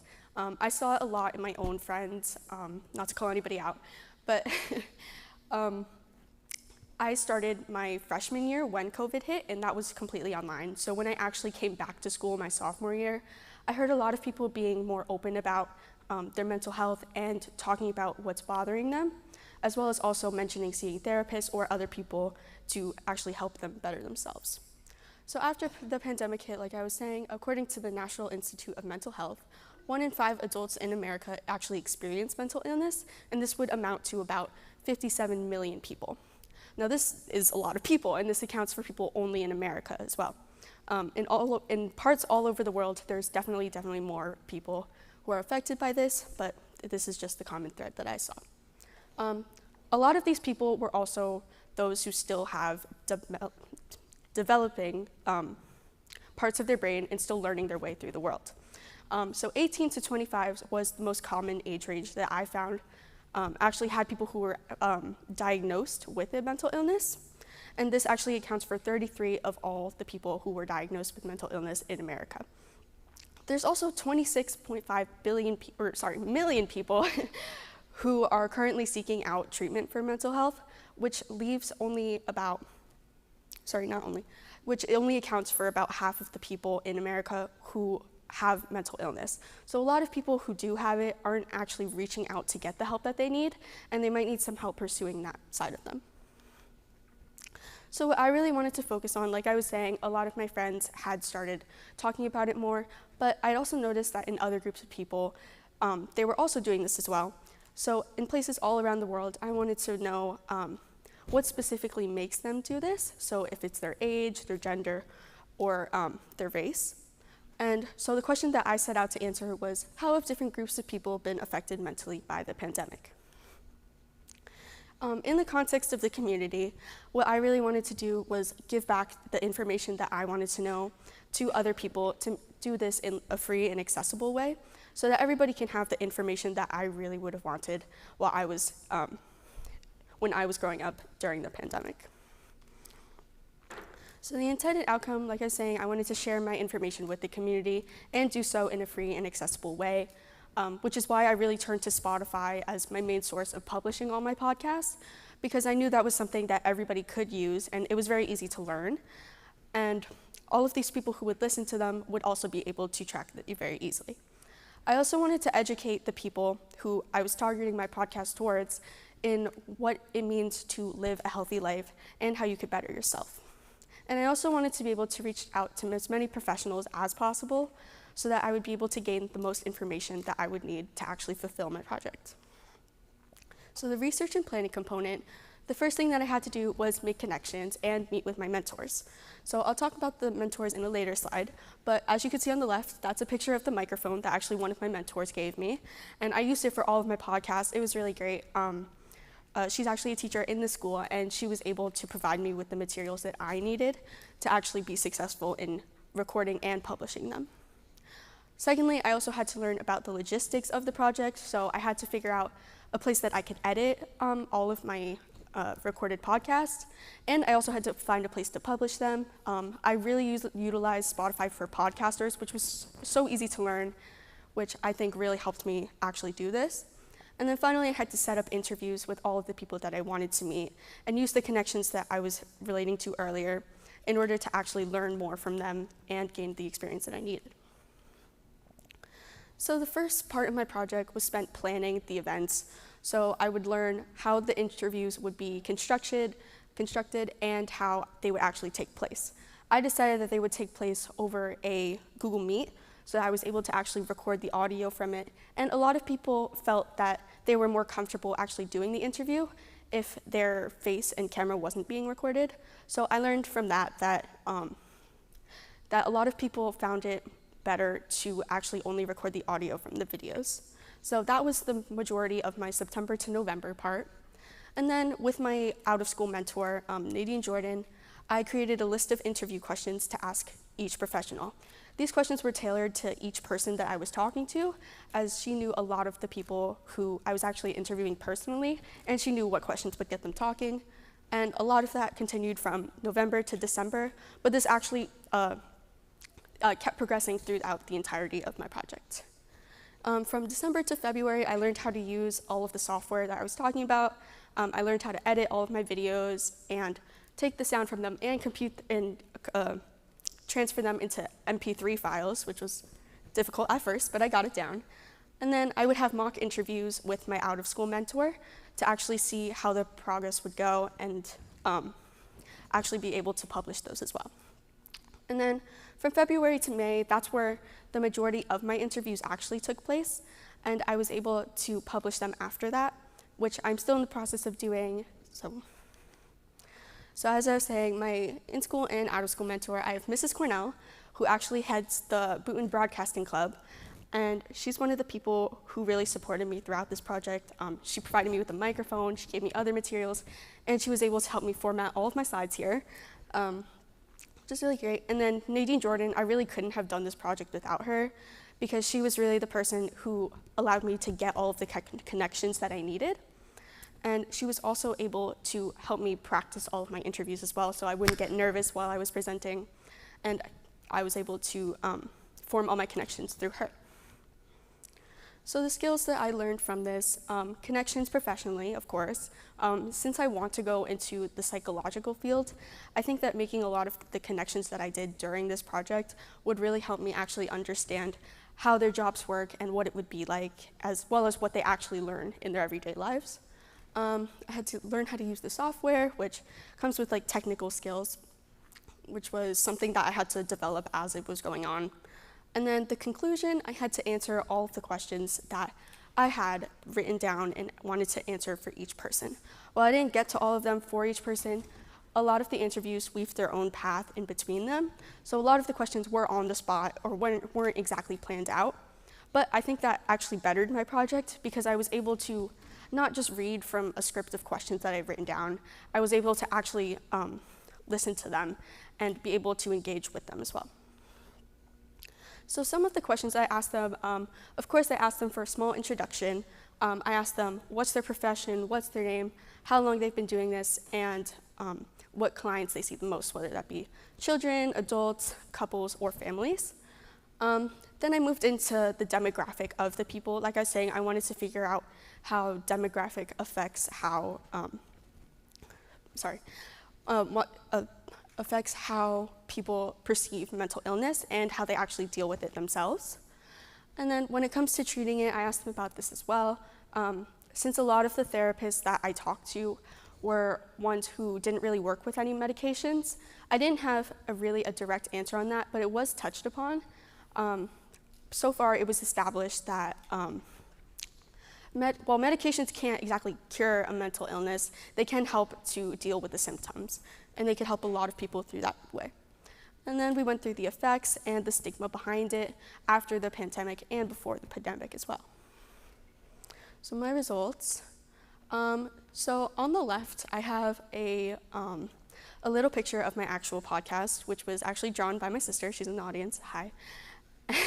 And I had the music done by another student in the school, Charlie Sager.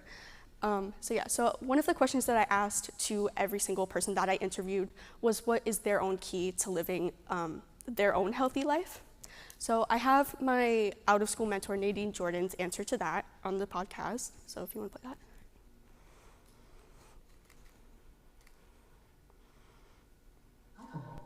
Addicted to alcohol. But yeah, we're coming to the end of our interview. Okay. So I just wanted to ask you, in your own opinion, what is your cure to mental illness? What do you do to make yourself happy? What's your favorite thing? For me personally? Yeah. Well, my therapy is running, so I'm a huge runner. I'm always a proponent of moving your body when you're depressed. I know you have to force yourself to do it, but it helps so much. Your body needs to move when you're feeling depressed and down.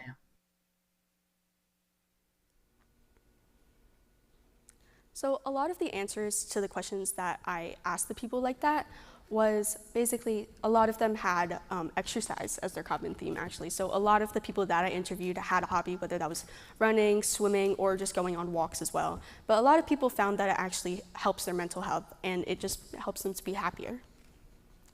So the results of my actual podcast, I found that 88% of my audience was female, and 8% was male. And the other percentage of them chose not to answer the question, or they go by a different gender, which I think that the audience being mostly female kind of skews my results in a way, because I wanted to be able to share this information with everybody.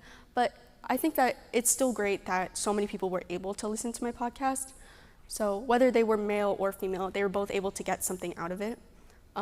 The age of the listeners also ranged from 18 to 59, majority of those people being in the 23 to 59 gap. And while I was mainly targeting my podcast towards teenagers, I actually had the opposite effect, and I attracted the older audience, but that's okay, because I think that the older audience, we were talking about this in one of the interviews, they're not really as educated on the topic because of the generational stigma behind it. And a lot of the older generations aren't very open to talking about their emotions, whether that be because of the way that they grew up or the way that they are today. And of course, it does have 5 stars on Spotify, so that's amazing. So by the end of this, I actually had 30 new listeners, and I also gained 16 followers. And while these numbers may not seem humongous, that's okay, because I had 1.1 thousand Spotify impressions, which actually means that more than 1,000 people actually searched for my podcast on Spotify, which is great, and I was able to gain some sort of like an advertising through that method, which I thought was really great. And then my intended outcome, I think that I was really able to share this with the community, and I was able to do that in a free and accessible way, which is really what I wanted to do with this entire thing. I was able to give out the information that I really wanted to these people and answer my own questions and therefore educate them. I was also able to reach out to a lot of the professionals that I wanted to. I was also able to interview them about different topics because of their different professions in the psychological field. So if I were to do this again in the future, I think that... Mr. Montgomery, please call the main office. Mr. Montgomery, please call the main office. If I were to do this again in the future, I think that one of the things that I would really hone in on is the scheduling part. Of course, I knew that before I started this, I really have to get my scheduling down. But one thing that I didn't really account for was people either not answering or just having a hard time actually finding a way to contact the people. So if I were to be able to actually set up the interviews earlier, I feel like I could have had more people on the podcast, which would have led to a better turnout.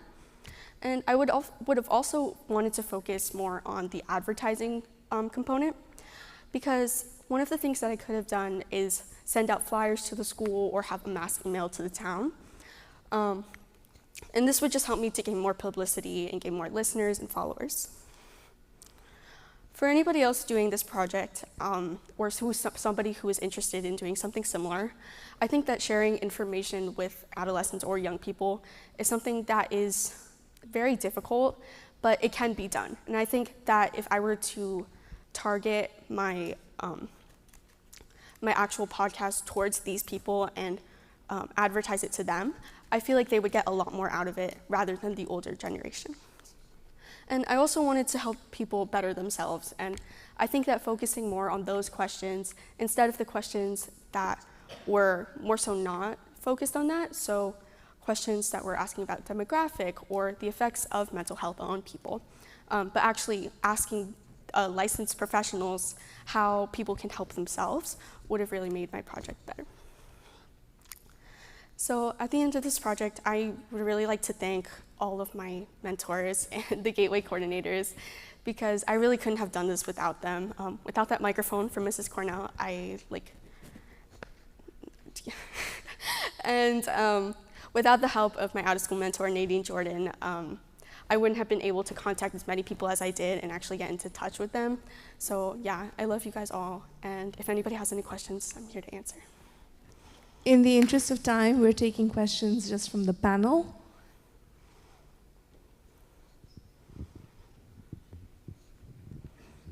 Very nice job, Kira. How many episodes in total did you have the opportunity to record? So at the end, I actually had a total of 4 episodes, but that includes the conclusion as well, because I did do a conclusion episode, and that had all of the main ideas from each podcast that I did. And it also highlighted common themes between them. So like I was saying, it talked about exercise in all of them and how each person lives their own healthy life. So yeah, by the end, I wish I did do more, but I'm still really happy with the results that I found. So having this whole introduction episode's conclusion, do you have any interest in either starting a new podcast series going forward or a spin-off of this one? How is this experience, has it sparked an interest in using a podcast as a medium or creating one going forward? I think that if I were able to have the resources to continue to do this, and if I were still able to contact my my out-of-school mentor, Nadine Jordan, that would be amazing, and I would obviously continue to still do this. But if I'm not able to, I feel like this is something that I would want to pursue in maybe college, because I think that, especially being in the broadcasting club, I think that really helped me to want to get out there and actually give back to the people. So I also just want to say you did a wonderful job as well. I'd love to hear about what surprised you as an outcome of these conversations, what you felt or thought about mental health coming in, and what surprised you from what you learned coming out of this experience. Mm-hmm. Yeah, so one thing that definitely surprised me is in one of the interviews, I think it was the one with Anne Efron, with her, I was talking about generational bias and how different people actually perceive mental health differently.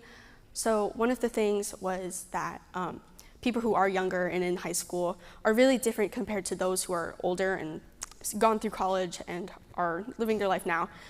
But a lot of the older generation, I thought that they would be somewhat educated of the issue, and some of them are, and that works out for all of those people. But a lot of them are very hesitant to actually open up and talk about the things that they want to talk about. And a lot of people think that the older generation is like tougher than the younger people because of the experiences that they have had and how they also got through it without having to talk to anybody and without having to have a therapist. Great presentation. I loved it. You said on your podcast you would ask your guests what was their one key to living their own healthy life.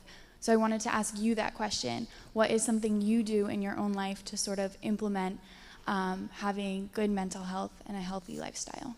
Mm-hmm. So I'm not really a big exerciser, and that's okay. But another theme that came up was definitely hanging out with friends and family. That's like my favorite thing to do ever. I love my friends. Hey guys, I love all my friends, and I just love hanging out with them. And it really makes me like forget everything bad that's happening to me, and I love them so much.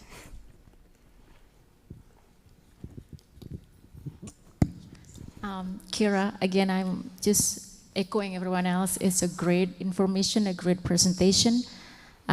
You mentioned that you targeted audience was originally the teenager your own age, and you found that the older age group are more listening to your podcast, as well as you have more female audience compared to the male. So is it because of you as you know the male look at you as girl representative, or what would you do to reach out more to the male audience in addition to the advertising more, as well as what do you do differently to the age of to the teenagers instead of the older generation? So I would say that when it comes to the male population, I know that this is something that I had pointed out on my podcast, is that the only people that I interviewed were women, actually. So I feel like if I had been able to interview a male therapist or psychologist, it would have probably attracted the attention of more male listeners. But when it comes to the age difference, I feel like a lot of the people that I did share this with were family members, and that's okay, because I was also able to share the information that I wanted to with them. And I was also able to somewhat share it with the teenagers, but if I were to do something differently, I feel like I could have hung up flyers in the school perhaps, because I did have a kind of like a flyer format made, and I was able to actually have that, but I didn't actually have the opportunity to go out and hang them around the school.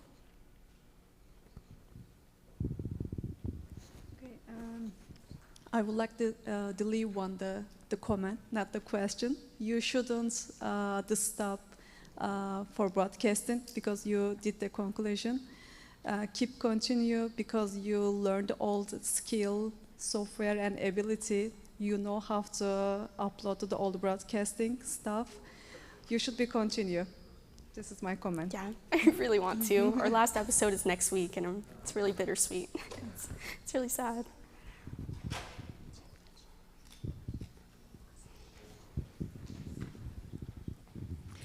Excellent presentation. Thank you. Brought to light something that we're talking about all the time. And you did focus on the younger generation, and being an older generation person, you are right, we don't talk about the things we feel. We were supposed to tough it up. I do like that you've acknowledged that people were older that had listened to your podcast. And I know that you have a conclusion. And I know that you're going to college, and that's a whole new adventure.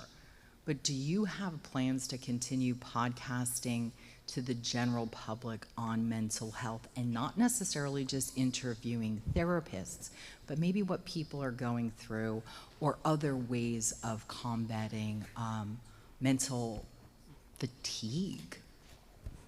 So that was actually one of my original ideas.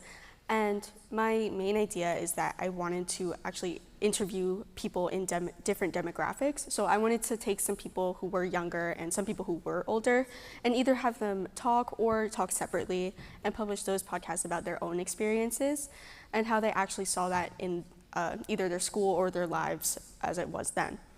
But in college, I feel like if I am able to continue the podcast, then I definitely will, because this was really fun and it's something that I really enjoyed. But if I'm not able to, then I think that I'll definitely be able to get involved with my school and be able to either do like the announcements or play music in the halls, which they do here, which is great. So. Thank you so much, Kira.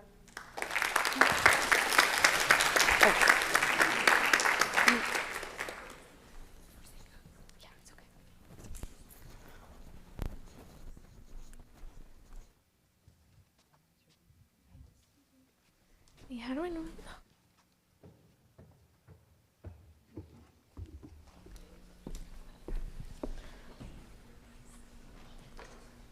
Good morning. My name is Elizabeth Zanka. Today for my passion project, I'm talking about the local libraries and how they are community treasure.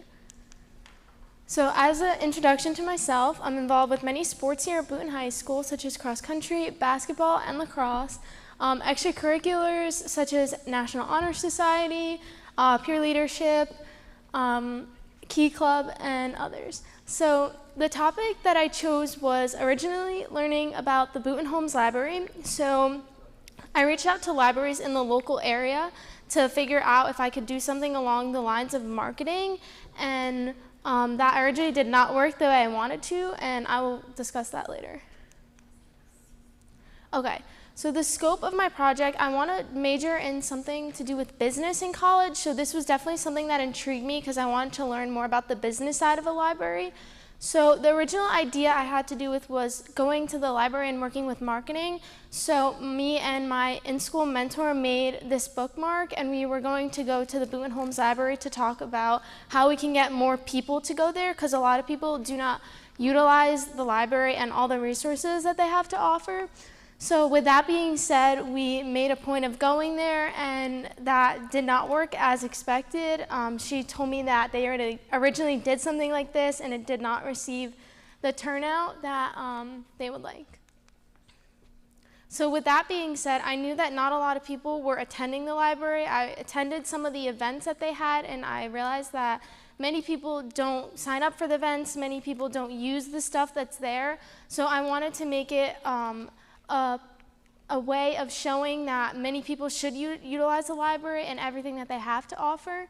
So my the basis of my project is going to be about how can more people use the library and increase the foot traffic with that.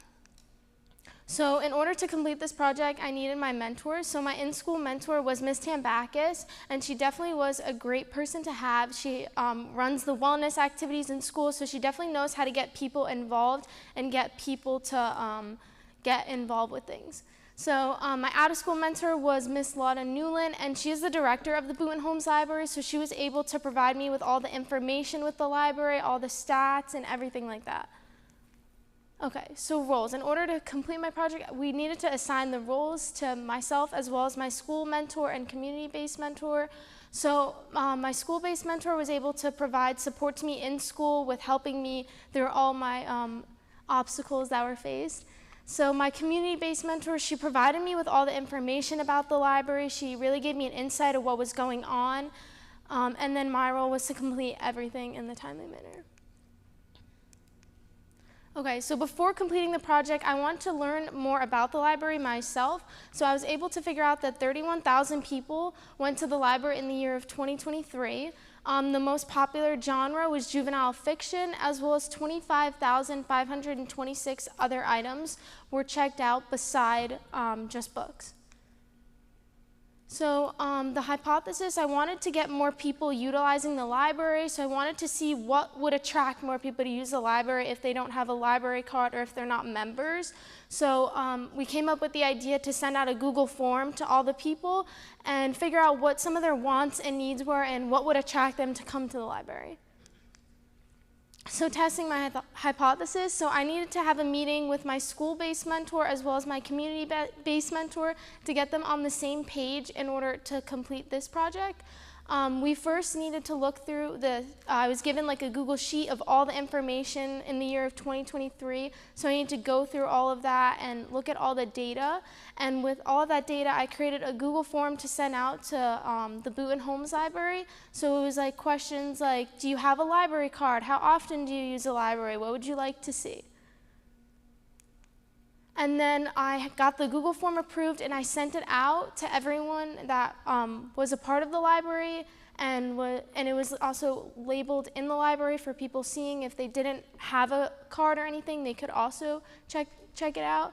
I started to look at the results of my survey, and through my survey, I made a newsletter and shared it with my community-based mentor in order to suggest the improvements. So some of the conflicts. Throughout this project, there were many conflicts that I faced. One of them being the time that I started the project. I had an original idea in the beginning, which pushed me back with the time that I started this project. And being on a different schedule than my out-of-school mentor, with me and Ms. Tambakis both being in school, it was very hard to have a time to meet with my community-based mentor. So that was definitely a struggle. And some of the improvements I made within my project were changing the original idea of it. So I originally wanted to go in with more of like marketing and helping them with that. And I had to make it more of a leadership aspect, so I realized that I could data analyze through that and help them to increase the foot traffic. So with my Google form, I sent out and I received about 54 results, which was all right, but I asked them questions like, do you sign up for the Boonton Homes Public Library newsletter? Would you like to receive it, and how often do you use the library? And then more questions like, what brings you to the library?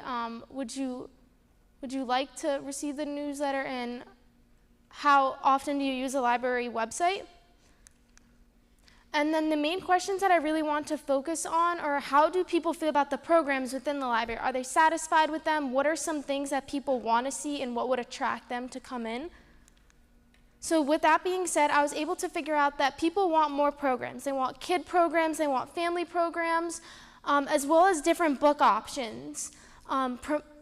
Remote programs, so people who can't necessarily access the library and get there, that would be a great option, as well as some better seating option. I mean, most people don't really think about that, but it is a thing that is very important, as well as quiet reading sessions, so that could be important for people getting there just to have the quiet time to study and read. With that being said, some of my future practice or extensions, I definitely realized that analyzing the data was very important. I think it's something that you don't think about how many people come to the library, and it was very cool to see that and realize that not a lot of people are utilizing the resources that they have, as well as trying to increase the foot traffic there. I definitely learned a lot from this project. I definitely enjoyed learning the business side of the library and think that it's something I definitely want to continue to learn about. The library is definitely important. I think that people should realize that and utilize all the resources that they have, as well as adapting from challenges. I didn't originally plan for my project to go this way, but I think that it definitely turned out very successful, and I'm very happy with it. And then any questions?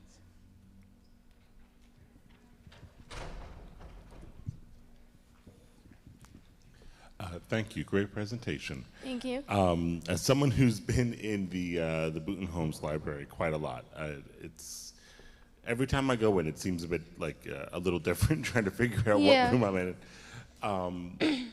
But I have noticed that there were a lot of events happening. I had no idea, and while I don't live in Boonton, I'm very close and spend a lot of time here.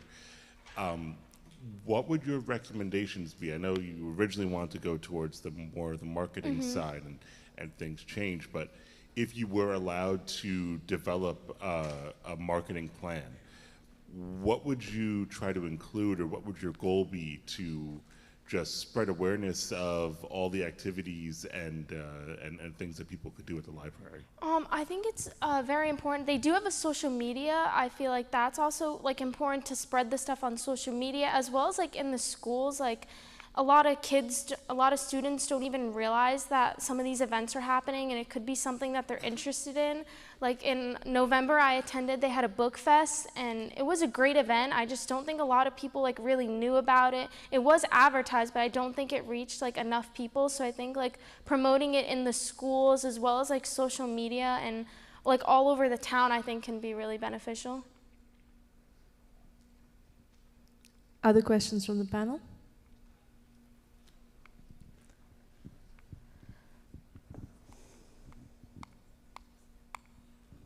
Great job, first thing. Thank you. I wonder, from your data, did you find out if it's an age group thing? Is it young kids? Is it kids that are, what are they targeting? Are they targeting older people that are home all day and have programs, or is it more children-based or adult-based? The programs that they want to see? Yeah, that they have most of them wanted to see the more little kid programs or family programs, which I think is the library has more it's little kids or it's adults, so I don't think it's a combination of both, which I think most people wanted to see. Great, thanks. Any other questions from the panel? Great, thank you so much.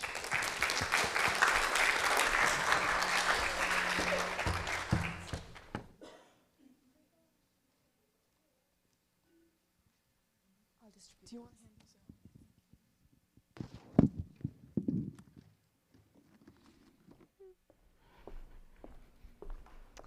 Hi, my name is Brianna Dinka, and my senior passion project was a community cookbook called Made with Love. I actually want to give a preface to the audience because every single time I practice introduction, I get really emotional. So don't mind anything with that, please. Okay, so I wanted to give a little context as to why I actually wanted to make this community cookbook for my passion project. In the summer of 2021, my grandmother was preparing to leave for her home country in the Philippines. She had been with my family for basically my entire childhood. And while I could have easily seen it as something sad, and as you can see, to a degree it did, I like to think of that experience as mainly the memories I developed with her during those summer mornings. Because my grandmother, she would wake up really early at like 4 a.m. to 5 a.m. to cook my family breakfast. And I had a really bad sleep schedule at the time, so I'd be awake with her. And together, I would just watch her cook breakfast, and I would talk with her. And then once she was finished, we would talk and eat at the table. And there'd be nobody else in the house awake, so it was just the two of us. And I realized that the binding activity that we had there was the food. I watched her cook it, I asked questions about it, and we ate it together. And this theme of connection through food was something that I found prominent in a lot of my other relationships. I always eat dinner with my family for my birthday. I always like to share and steal snacks from my friends when I'm in class. And I like to cook a lot when we're all hanging out. So this connection that we have built through food is something that I feel like most people don't realize, and that's exactly what I wanted to highlight in my passion project. That's exactly why I wanted to make a community cookbook. What's special about community cookbook is instead of having one specific author make all the recipes, it's a compilation of all the recipes from a certain community. And what's extra special about my community cookbook is every single recipe in the book is dedicated to a person that they love.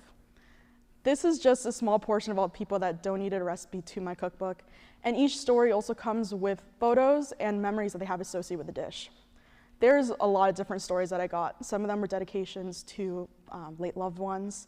Some of them were really funny stories about really disgusting foods that they made with their friends. And others were just simple memories that would come back whenever they just smelled the dish again. It was overall a really sweet project to create because I just got to read all these people's really genuine memories, and they really did want to dedicate it to the people that they have in their lives, and I thought it was just really sweet that everybody took the time to do that. The way that my project fits into the community is basically how it's completely dependent on it. Without the community submitting recipes, I wouldn't have a cookbook here. So I started with centering my cookbook around Boone and Lincoln Park, given that these are two towns that I'm mainly affiliated with. But then I realized through word of mouth and just me talking about the project generally, a lot of people were actually really excited about the project, and they would ask me if they could donate something. And I felt that it'd be completely against my message of food bringing everybody together to be like, no, you're not from Boone or Lincoln Park, so you don't get to submit something. So we have some people outside these two towns donating recipes. We have some people outside the state, and I actually have about 3 recipes outside of this country that have been donated to this cookbook. I also wanted to take the time to highlight that this was also a way for me to support people's cultural identities. A big part of culture, which I think a lot of people agree with, is the food that we make in it. So I think giving people an opportunity and outlet to share their home country's dishes is a really nice way to kind of support their cultural identities. I wanted to make sure that I had some merit in my idea. Of course, as you know from previously, this was based on my own personal experiences and my own observations, but I also did take the time to look into research about it, mainly because I was kind of curious. So one of my favorite research papers was called Food Makes Family. It was basically analyzing how families taking the time to sit down together and eat dinner actually ends up reinforcing family culture and strengthens their bonds. Another one that I found was talking about cultural food security. And it was a study about how US college students would go away from home and they'd be away from their mother's cooking or restaurants that have the cultural foods they were used to. And that lack of cultural food security actually has a negative impact on them. So having a stronger connection to the cultural foods that you grew up with actually has a really positive impact based on research. I had 4 main objectives for my project. The first one was to collect at least 15 recipes. This was mainly dependent on how I would advertise my project. This was done through eBlast through the school district, and I would provide a flyer that gave a general I gave a general summary of what I wanted to do for my project while also providing a Google form for people to submit directly to. I also wanted to include recipes from at least 5 different cultures. There's no specific part of my process that actually targets this one objective. It was mainly there just so that I can ensure that not just one family is consistently submitting recipes to my cookbook. I totally would have taken all of them, but Boone and Lincoln Park, they're very diverse places, and I wanted to make sure that that was represented in my cookbook. Objective 3 was to create a worthy format online. I wanted to make sure that I wasn't disrespecting anybody's stories or any of their recipes. These are things that were really close to their hearts, and I wanted to make sure I honored them. So I wanted everything in my cookbook to look professional and that everything was presented in a way that people would be happy with. And lastly, I wanted to print physical copies of my cookbook. I considered having an online cookbook. Community cookbooks online are actually a pretty popular option, but I felt that having a physical one could actually be a lot more handy because then people can annotate the cookbook depending on their preferences. And also, I think it's just easier to have a physical copy because then you don't have to try and remember what link to use to find the community cookbook or what it's called. Oh. Sorry. So these are the 5 main steps of my process. The first one is planning. This one's pretty self-explanatory. This is when I took the time to actually understand what I wanted to do and how I was going to achieve it. This is when I decided that things such as what editing software I was going to use, which is Canva, whether or not I planned on professionally printing it out, and other logistics or possible obstacles that I would have to address later on. Step 2 is collection. This is when I actually started getting submissions for my cookbook. At first, I started with a Google form for people to fill out. I felt that this was the best method because I could make every question required, and then I would ensure that everybody would submit enough content to my cookbook. Because not only do you have to submit the ingredients and the instructions, you also have to make sure you submit photos of the dish, the memories, and photos of the people you want to dedicate it to. I did find, however, that this Google form was a little bit of a problem for certain people. It was just a technological problem that I couldn't personally solve, so as a way to combat that, I just allow people to directly send me all the content through my school email. Step 3 is formatting. This is when I typed out all of the recipes and all the stories into my cookbook. I used Canva for my entire project, and this is also when I started to form what kind of aesthetic I wanted.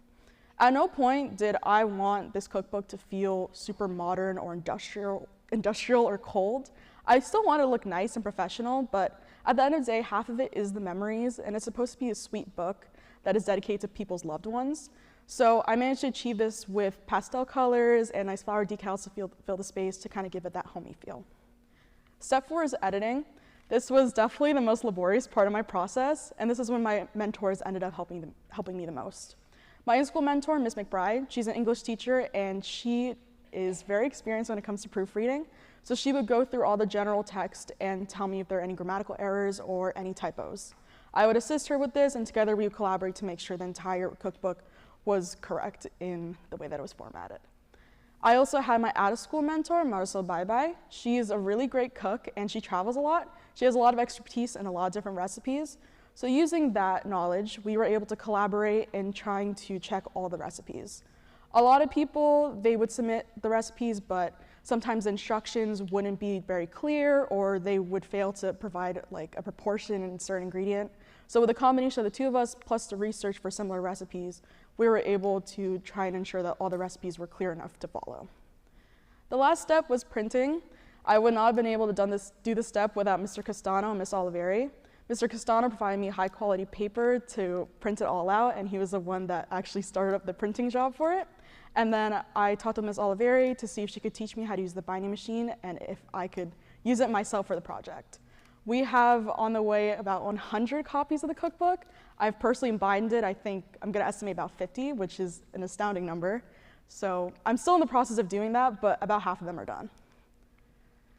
So this is the result. This is the cover of my cookbook. It's called Made with Love. And this is the one part of my cookbook that I didn't design.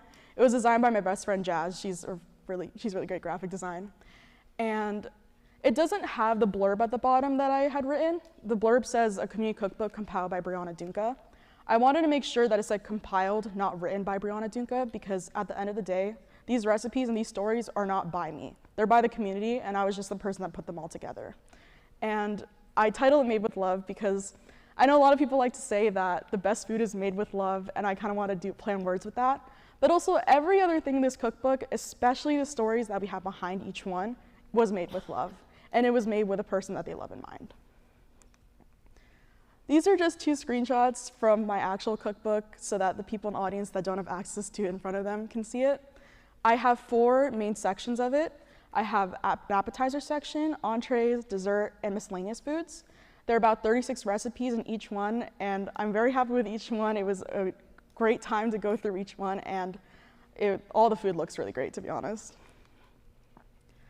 So I'm happy to say that I gained a lot of experience from this.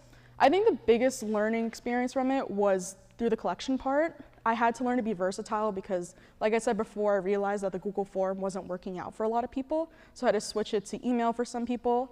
I also realized that this is the kind of project that is very, very, very dependent on follow-ups.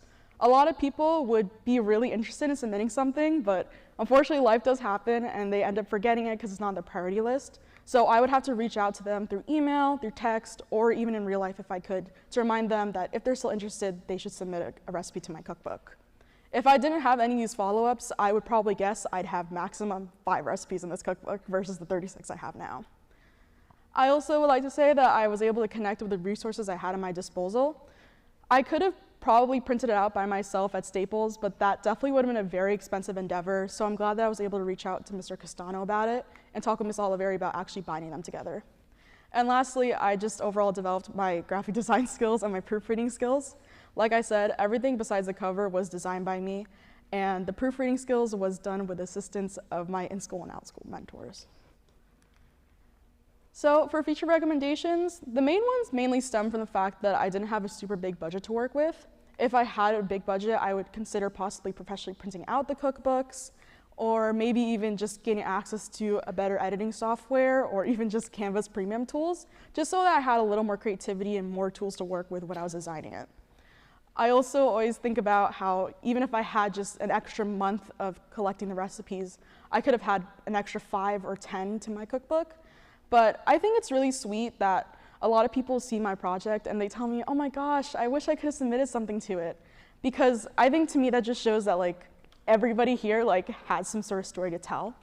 And I just think it's sweet that it really is food that brings a lot of us together.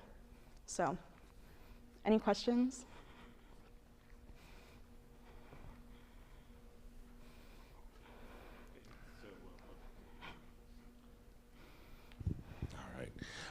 Fantastic idea.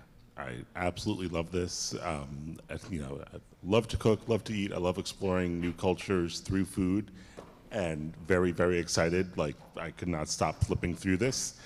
You started on the my question right on the last slide.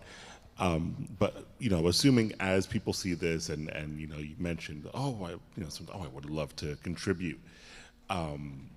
You know, I know that you weren't looking towards doing a digital cookbook, but for the possibility of maybe making an easier way to do a second version, or even more of like a live document where people could submit, would you consider you know, a digital version for a follow-up or even some sort of ongoing project with the community? Yeah, I actually planned on trying to figure out a way to make it online after this project. Like I said, I really wanted to focus on making physical copies now while I still have the resources before I graduate. But I could definitely figure out to see if I can make it online, and like you said, by doing that, then I could continuously add to it as I get more and more recipes. And I'd be interested in that because reading all the stories is really sweet, and I think it's a nice way to bring the community together. So we have time for one more question. Anyone on the panel? Ms. Buck? Thank you so much. Brianna, I really applaud you because this is a huge undertaking, and just to work with the layout and design of the cookbook itself, forget about, you know, collecting all of the information and all of that, you know, the emails and the texts, phone calls, interviews, whatever you were doing there to get all this information, but to physically create the book, the layout, the proofreading, inserting the photographs, working with, you had mentioned you were working with Canva. You are doing so much. You could have maybe delegated part of this to someone else. You need like a staff to do this. So if you're going forward, think about having, you know, some other people help you, because this is a huge undertaking. I sincerely applaud you, and I really appreciate what you mentioned about cultural food security and how it has a positive impact being with foods that you love, and it gives you a sense of security. I get very emotional about this too. I can't say enough how much I appreciate the diversity of what you have done with the collection of all of these beautiful memories and how food brings you together. I'm getting emotional because I'm remembering something that I had gone to a webinar, and it was recently, and there was a gentleman, he was the clan leader for the Turtle Clan for New Jersey of the Ramapo indigenous tribe. They're still in New Jersey, they live in Ramapo, and he had said one of the things that were done to the young people, this is going back generations, but they took young people and they educated them away from their clan, and they made them feel ashamed to eat the foods that were part of their tribal traditions. And then when I see things, you know, in your book, we should applaud these different recipes, because this is, you know, home. This is, you know, who we are. We should, you know, be appreciative, and thank you so much. This is really brave, very brave that you did this, and I greatly appreciate your efforts. Thank you.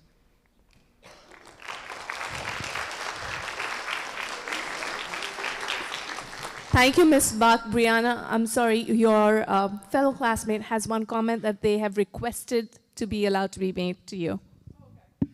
Hi, Bree. I just wanted to say, this is a really quick question.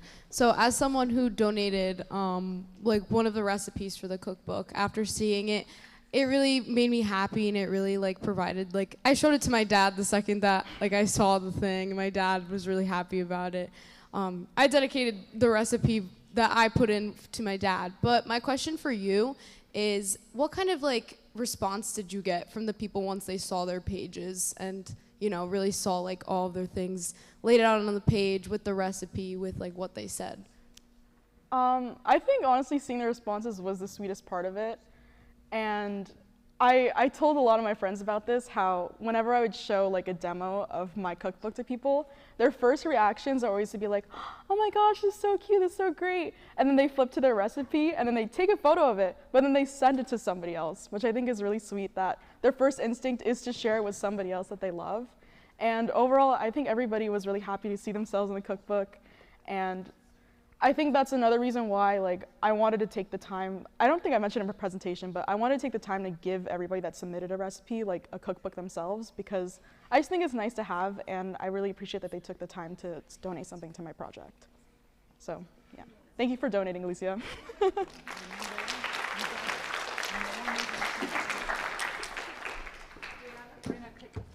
Oh, my bad.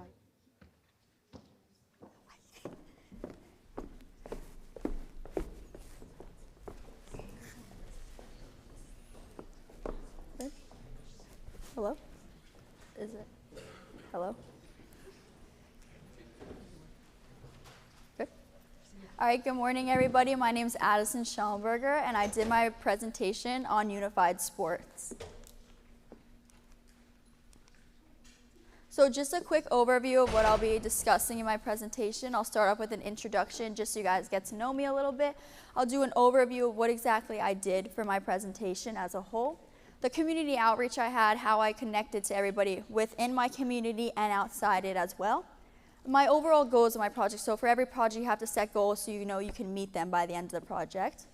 My leadership experience, so through this project I did gain a lot of leadership experience by going out into the field and working. And then my activities, outcome, and future recommendations for people. So before I really begin, I thought I'd start off with a little quote kind of to get you guys engaged. So the quote is, "You are not disabled by the disabilities you have, you are able by the abilities you have." And I feel like this quote really represents my project as a whole, because I feel like when you really think about it and when it comes down to it, no matter if you have a disability or you don't, we are all human and we are all the same. It's just a matter of some people need more accommodations to go on with their day. So a quick little introduction about myself. So obviously I'm here today because I'm a Gateway Academy scholar. I'm a senior here at Boone High School, and I've been the class president for the past 4 years here. I'm involved in 2 varsity sports, varsity track and varsity soccer, and this year I was the captain of both those teams. And I'm also the boys basketball statistician, and for clubs, I'm involved in Key Club. I'm the president of that club. I'm involved in NHS, PLC, and I'm the president of GSA. So obviously with every project, you kind of need to form a team. So obviously we have myself, I kind of helped put the project together. We have Miss Moriello, who is a transition coordinator, and she's also a special service coordinator. And then we have Miss Colleen Fessinger, who helped provide me with all the materials. She's a gym teacher here at Boone High School and the lacrosse coach. So first I thought I'd share a little personal story about how I kind of got into unified sports. So growing up, my sister is deaf, so she does not hear on both sides for years. And throughout my whole life, we catered to her. We had special services for her, we had interpreters, and I kind of spent my life interpreting for her and making sure she had the possible services she needed. So that kind of pushed me to like focus on kids with disabilities, because I kind of felt like everybody needs services in order to be who they are. And for me growing up, I had really bad anxiety, so I didn't really like to be in large crowds of people. I kind of liked to be set aside with smaller groups. So that's when I started to get involved in more clubs and organizations here at Boone High School. And when I did that, I found Unified Sports, and that was my favorite program here by far. It really showed me how much I can connect to these students and how much they really mean to me. And through this program, I've become very, very close to these students, and I've now started eating lunch with them once a week, and it's really, truly amazing. So what Unified Sports actually is. So Unified Sports is a peer mentor program where we focus on helping kids with disabilities. We practice once a week, twice a week, and we do sports such as track, basketball, and soccer.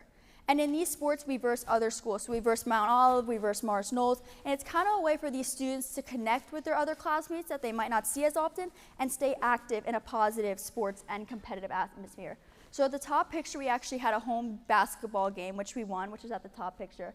And it really is absolutely amazing. So basically what I do on the court is I take these kids and I run up and down the court with them, pass the ball to them, and let them score the ball. And the joy I get from watching these kids score basketball is it's just so amazing. Like when I score a goal, I'm like, oh wow, like scored a goal. But when these kids score a goal, they just jump up and down, and it truly warms my heart and everybody's hearts around me. So for my project, I decided to hold a transition fair here at Boone High School, which was run by Miss Moriello.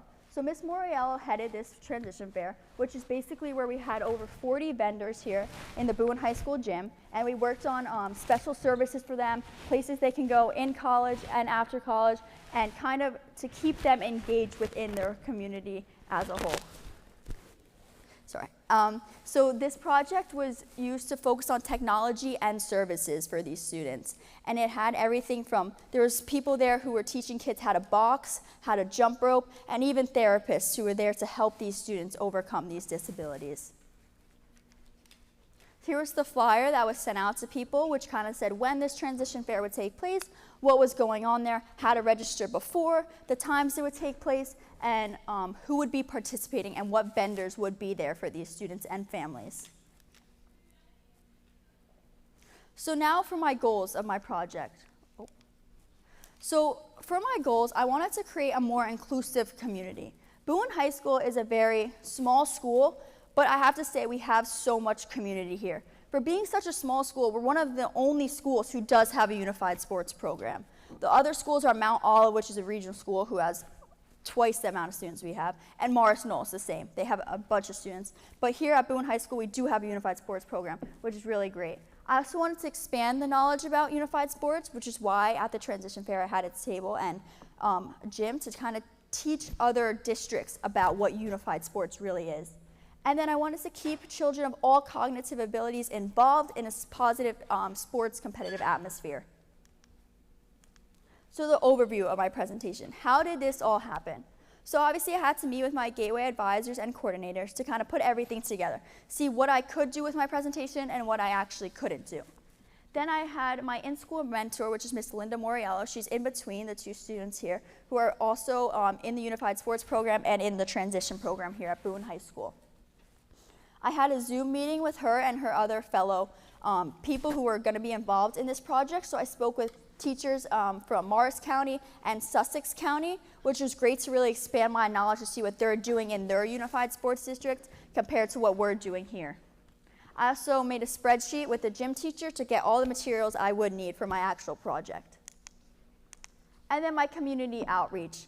So through this transition fair, at first I was just going to do something on my own. I was kind of just going to host a small event to get more people interested in unified sports. But when I found out about this transition fair, it was able to reach a broader community. I was able to reach all families in Morris and Sussex County, and even people in our home district here. I was able to advocate for unified sports through all these 40 vendors and families, and I was able to have Boone student mentors kind of teach other students what it would be like if they were to play unified sports and implement it into their school district.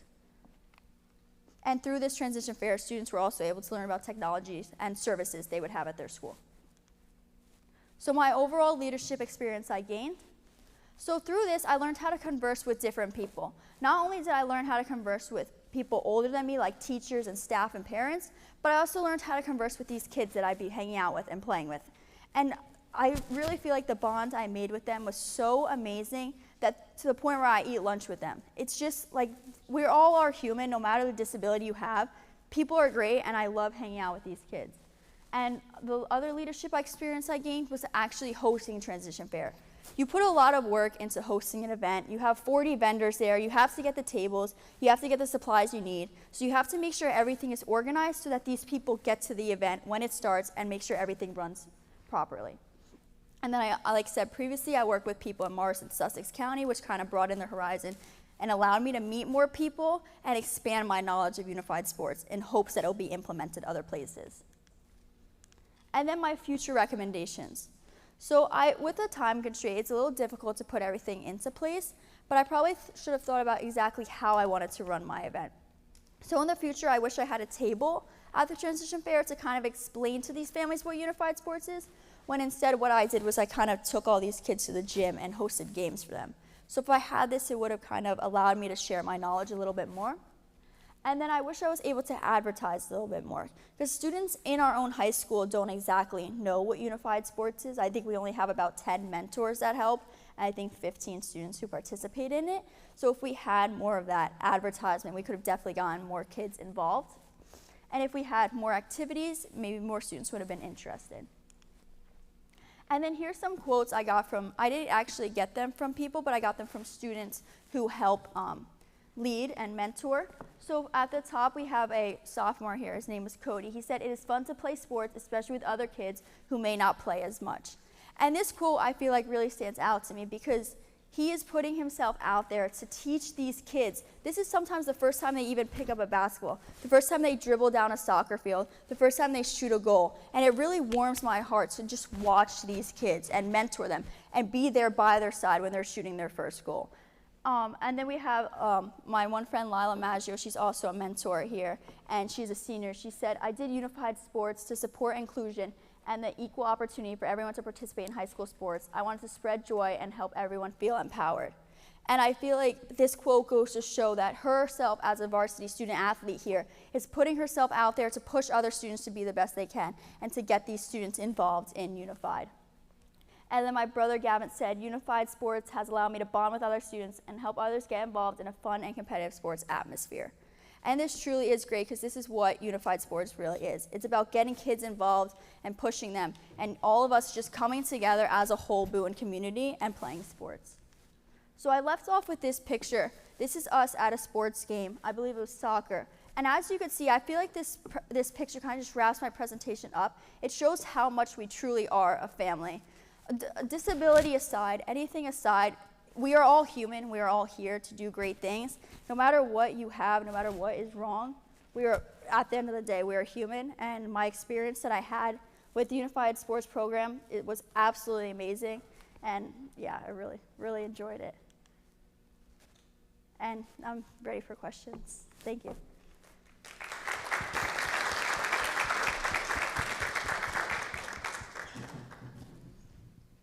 Questions?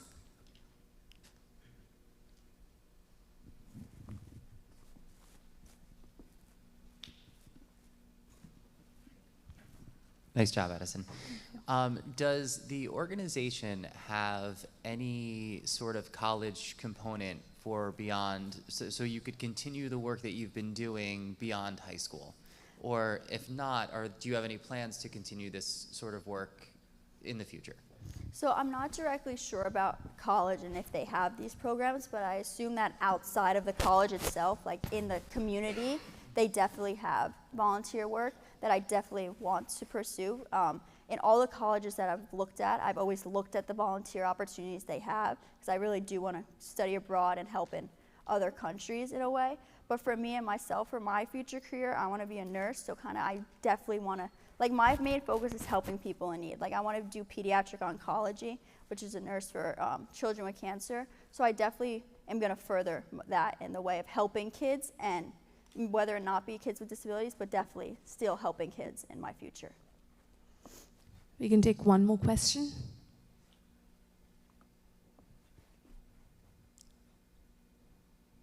All right, thank you, Addison.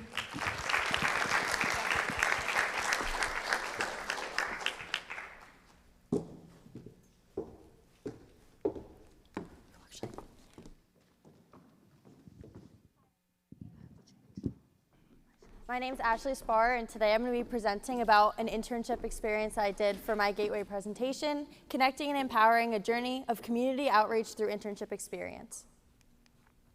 So first, just a little breakdown of my presentation. I'm going to start with an introduction overview just about me and my project, then all of my goals and research, all the operations and analysis of what I did, and then lastly, a reflection and Q&A. So a little bit about me. So in the fall, I'm going to be attending the University of South Carolina as a sport and entertainment management major, and hopefully going to law school afterwards. I'm a Gateway Academy scholar. I'm the FBLA president. I'm a member of GSA, Key Club, PLC. I'm the boys basketball statistician, and I'm a part of a bunch of other clubs at the school. So I had 3 mentors for my project. My in-school mentor was Mr. Sisto, and he was definitely great about keeping me accountable and helping me find the right ideas to do my project, as he is a business teacher at the school, and I wanted to do something within business, as that was what I was most interested in. My out-of-school mentor is Mrs. Jackie Maggio. She's the owner of Think3 Marketing, and she was the one that helped give me assignments and help build my project, as well as Miss Ball and Madame Curry, who helped with Gateway. So for the goals of my project, I wanted to find something that was involving business, but also giving me enough community outreach where it would be able to benefit not only myself, but people in the community. And that's when I thought of internships. Not many people realize what's available to them, whether they are a freshman in high school, they just graduated college, or they already have a career of their own. There's so much available for everybody, and people don't always realize that you can change careers and try something new at any point in their life and their career. And that's when I decided to make the focus of my Gateway Passion Project more on helping to educate others on the opportunities they have, which could be found on Indeed, LinkedIn, social media, or just somewhere in your community. I had 3 major goals for my project.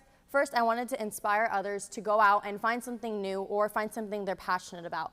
Then I wanted to achieve work in my own desired field and give me a little bit of experience before I head to college, as well as a new understanding of marketing and business overall. And then to expand my knowledge of internships and get that community outreach I was hoping to achieve. This brought me to my overall hypothesis. How does participating in an internship in one's desired work field help them choose their future career path? So more about internships is not only getting something out of it where it's helping your career, but it can help you decide what you want to do and what you dislike. Some people might start on something or go into college with a major and realize they don't like it, and you always have the opportunity to switch your major, switch your career, but not many people realize that they could do that at any point in time. They could start as a freshman in high school, they could start even in middle school, just to see what their interests are and to see what they're really good at, so that way they can enjoy what they do.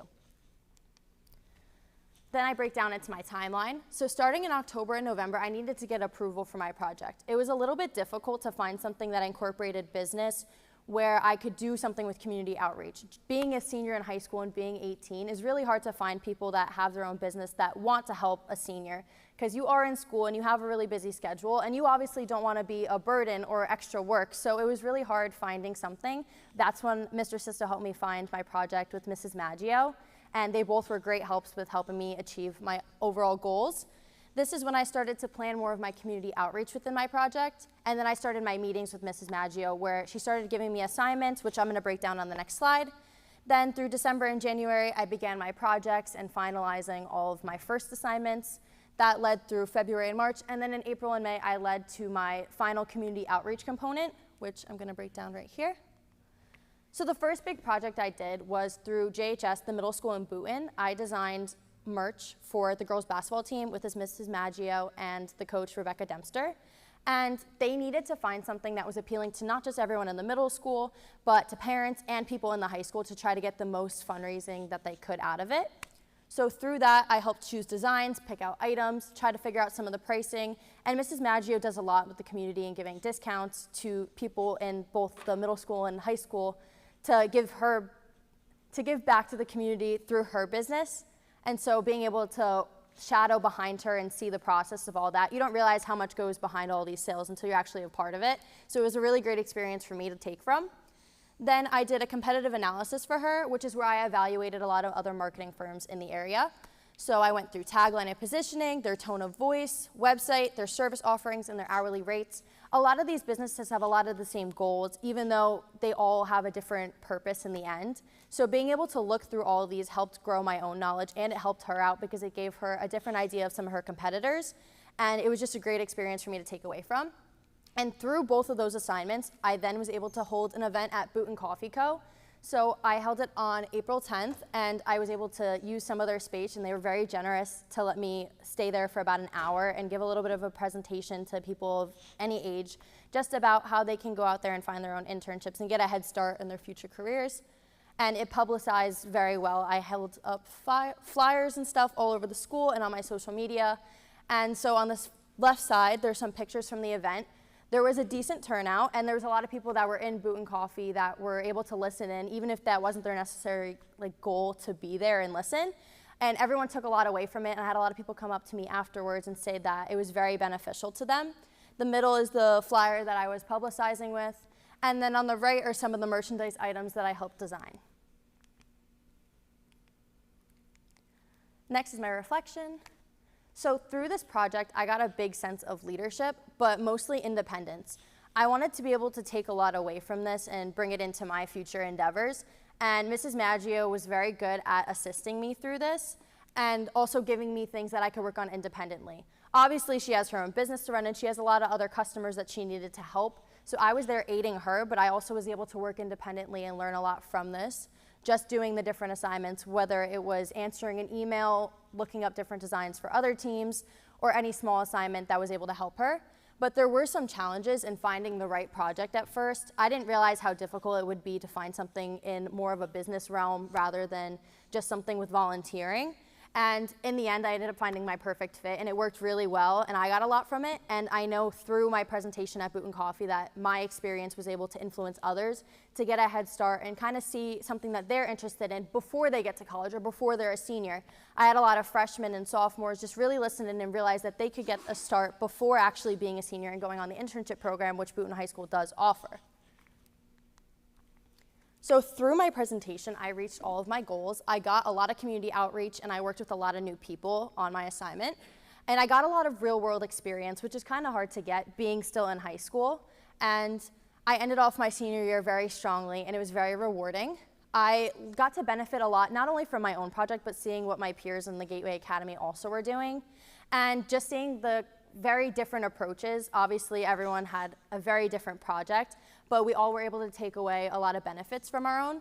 And I found a lot new skills in my skill set and got to see what I was capable of while also being a part of all the clubs and in school. I got to do a lot that set me up for my future and heading to college in the fall.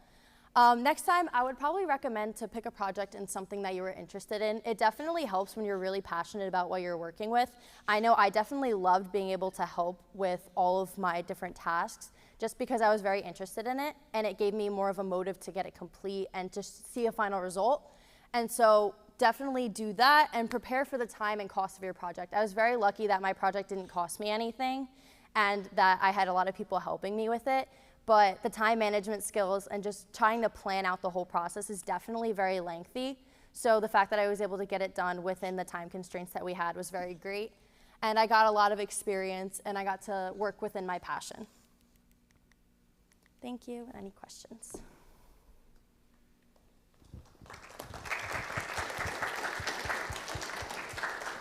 Any questions from the panel? I don't know if you have the ability, probably because you have the clicker, but could you go back to your hypothesis? Yes.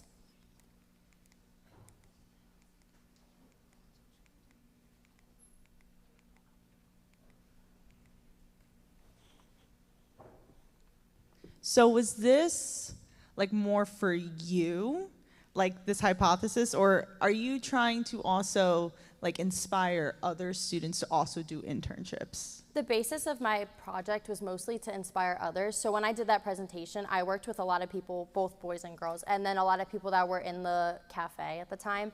But I went through some of their interests and helped them decide something that they wanted to do, because I know a lot of people are still really unsure when they're in high school of what exactly they wanted to do.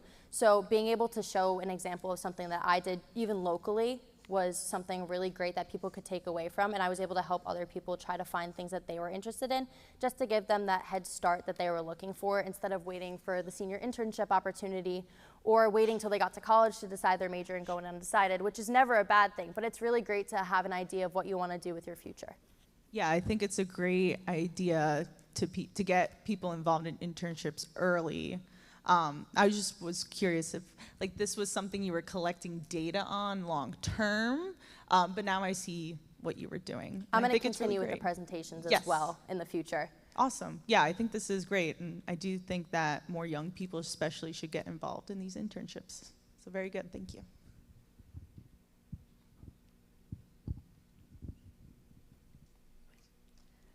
Thank you, Ashley.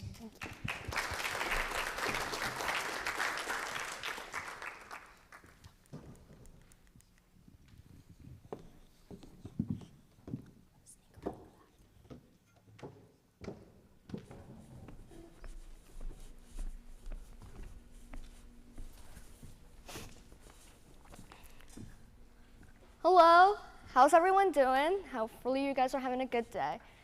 So, growing up in school, I've always loved the sciences. Ms. Fonacare, you know, I love science. I love your class. It's the best class. Don't tell anyone else. But other than academics, when I need a break, I love watching movies. Movies is my favorite thing to do. I can just get involved in the story. But most of the time, the movies that I tend to watch, something bad usually happens to the character. Maybe they're trying to rescue their friend and they get bit by a dog, or someone shoves a knife through them because they're in a battle or war, who knows. Constantly getting injured. And what people usually overlook is that the reason they only survive is because the EMTs are there to rescue them. And that is kind of overall what my project is focusing on, to fundraise and to help our boot and EMS.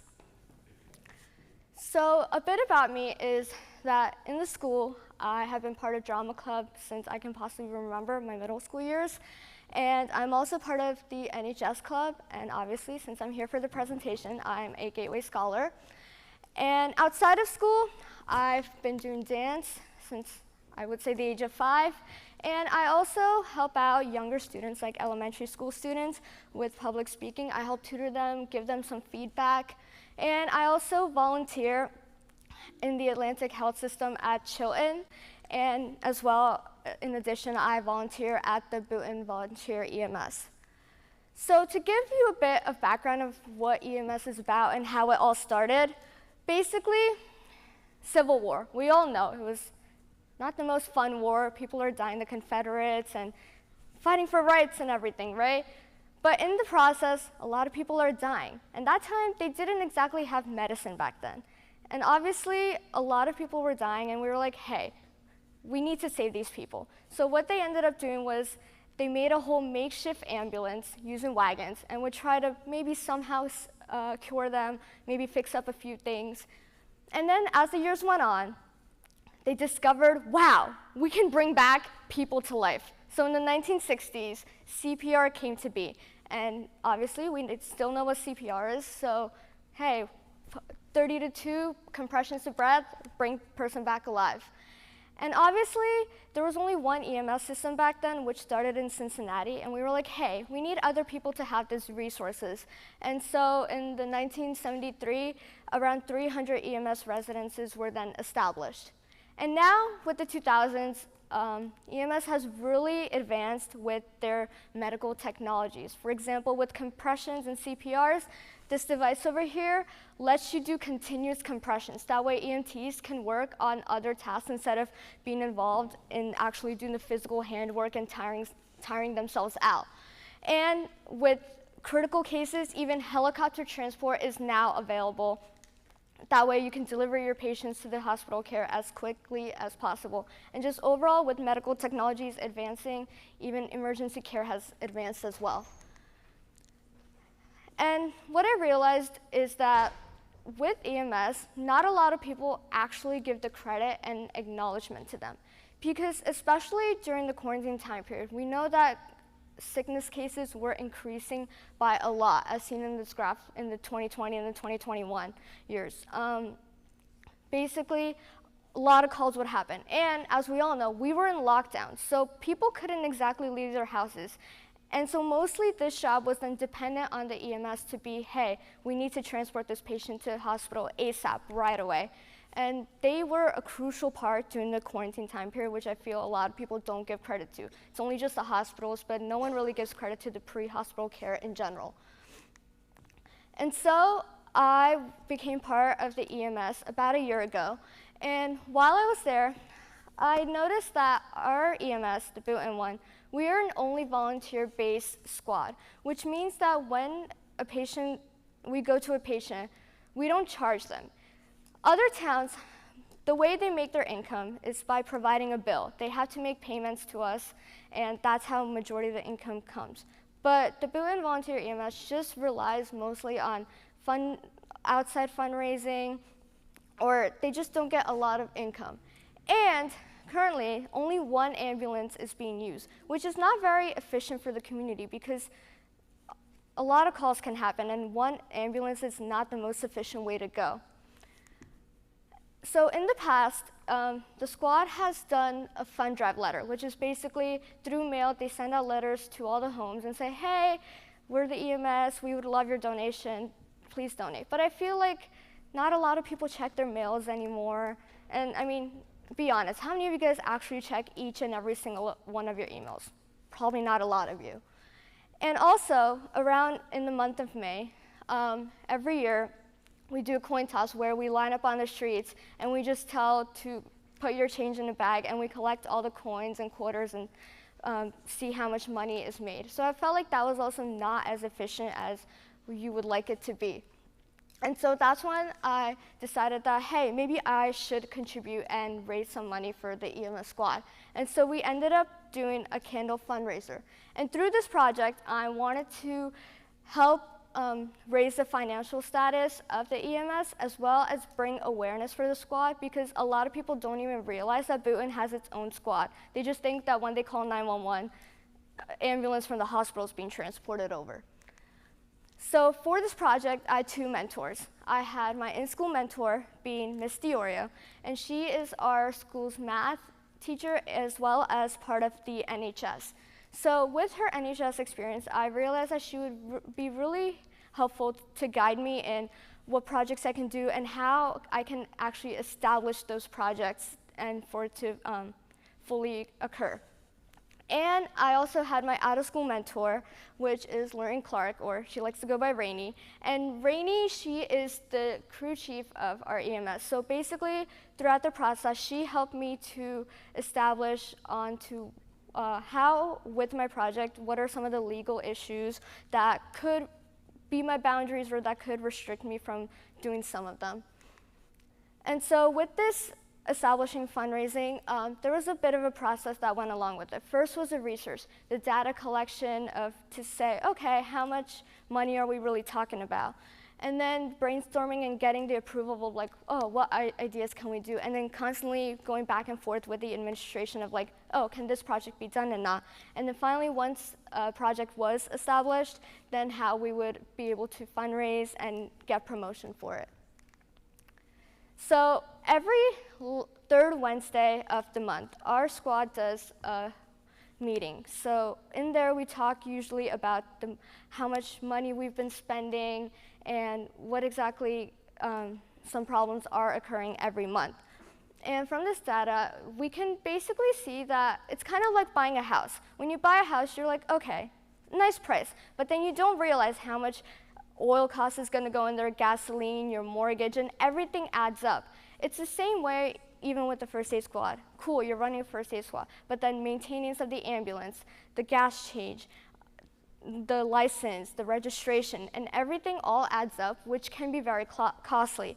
And now, on top of that, with the mechanic problem, it's just making the squad pay thousands of dollars to constantly get it repaired, and that can overall be very non-beneficial because then that would create going out of shift for a week and not providing service, which is our own purpose. And so then when brainstorming for ideas, some of our prior ideas was one to do a Gertrude Hawk chocolate fundraiser. However, when we then went to go about with this to ask the administration, they told that, oh, a different club was doing it, so we had to omit that idea. And then we thought about doing a potluck night, kind of like how in Brianna's presentation where she said food brings community together, we thought that would be a good approach. But due to food allergy concerns, we omitted that idea, and same went with the cookie dough fundraiser. Due to food allergies, we didn't go with that. So this then led to the candle fundraiser being established, where it was like, okay, that's another popular item that people usually buy, so let's go with the candle fundraiser. No food allergies are involved, and it's good to go with it. So then I reached out to my friend, Sarah. She is part of the Boot and Broadcasting Club, and I told her to make an announcement about it, and she was very helpful in getting the information out what the project was, that it was for the EMS, and what candles were being sold, and everything cost, and deadline-wise, everything she told in the broadcast.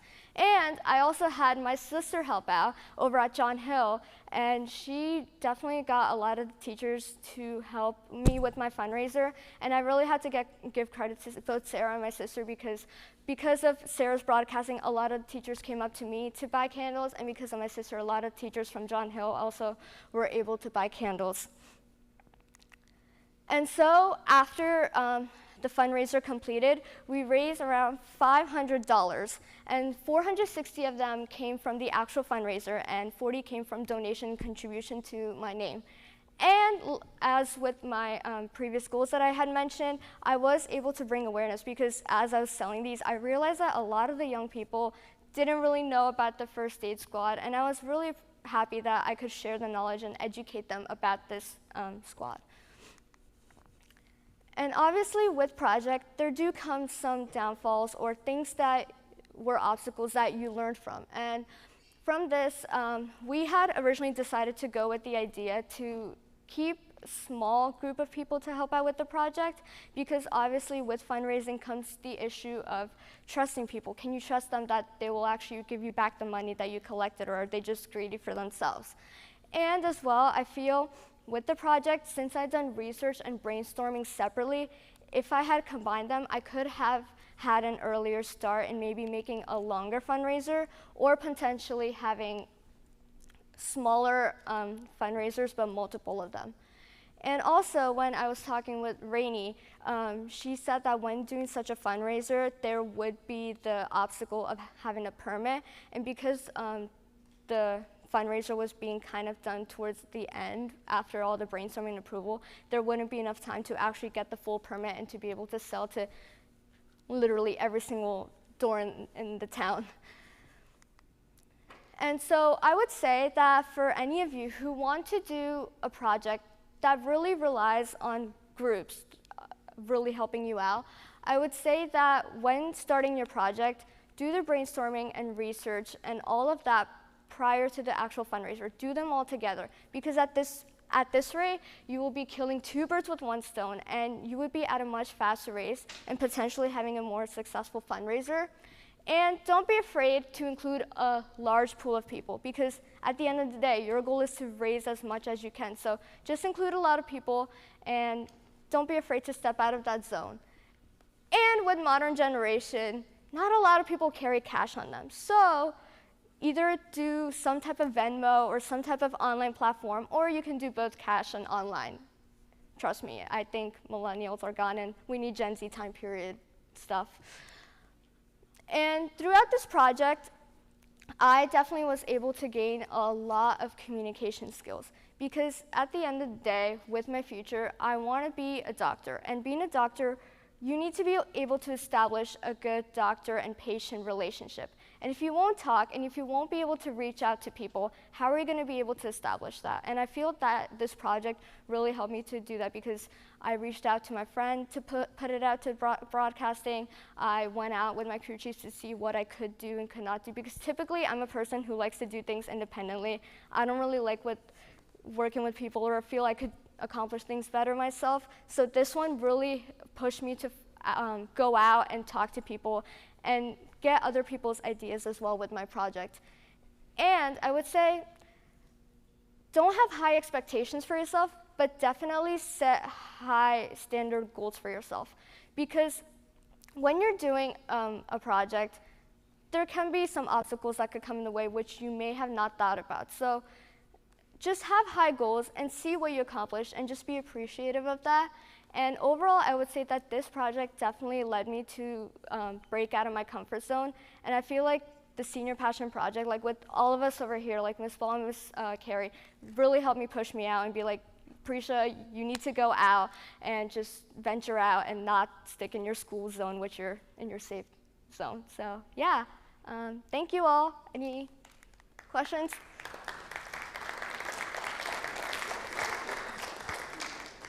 Does the panel have any questions?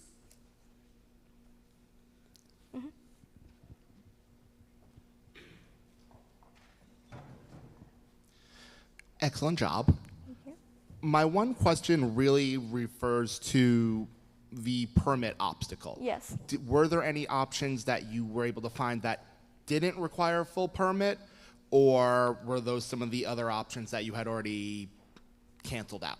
It was basically depending on whatever fundraiser I would do. If I wanted to actually get the squad to help me out, so like if I was to do with school or stuff, that was fine. But because it was in the name of the First Aid Squad, it would need a permit legality reason, whether it be any sort of, I feel like if it was any sort of selling to different houses in the community, then that permit obstacle would have came in.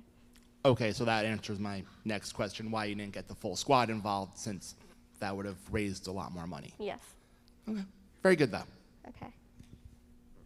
Thank you, Prisha. Thank you.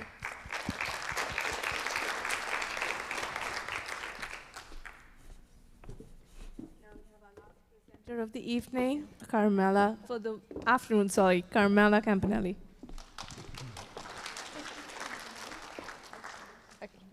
Hi, I'm Carmela Campanelli. So I did my passion project at the Sheep Hill Observatory in Boonton. So a little bit about myself first. I was varsity captain this year for field hockey, and I've participated for 4 years and have done other varsity sports as well. I'm president of NHS, and I'm a Gateway Scholar. So to go through my project, I'm going to go through my introduction, then what sparked my interest for this project, then talk about my community mentors, and then the journey of what my project entailed and how I went through each step. And then finally, I'll talk about the challenges I faced and what I learned. So my choosing for this project was because I wanted to do something related to what I will study in the future. So I'm committed to George Washington University for aerospace engineering. And I've always really been interested in space and things of that nature. I first heard about the observatory on my 10th birthday, and that year I had gotten a telescope. So I wasn't able to go, but I never knew there was really an observatory in town before that, and no one had ever really talked about it since then. So I wanted to see if I could reach out or if they would need anything. So what I wanted to accomplish was try and do my own part to close a gender gap in STEM fields, because there's always been a stigma around that. Since 2011 to 2022, there was a 31% increase in women in STEM fields. So I wanted, obviously, to just do my part to try and close that a little more, and that helped with the observatory because in one of our meetings, it was the Sheep Hill Astronomical Association that runs the observatory. I was the only girl on that Google Meet, so I felt like I was doing my part. So the Sheep Hill Observatory, what they do is every third Friday of each month, they hold a public night. So usually the observatory is open to the members. They can come and use a telescope or do whatever they want whenever they can. But every third Friday, the public, anyone, not even just from Boonton, but anyone from anywhere can come, and the members are there to run the event and kind of show them things, whatever's in the sky. So I went once in November and I saw like Saturn, I think. But they have other telescopes there too, but it's a really fun experience and a lot of people can go. But unfortunately, not many people know about it. So my in-school mentor is Mr. Peter Nosal. I knew him originally as my 8th grade science teacher.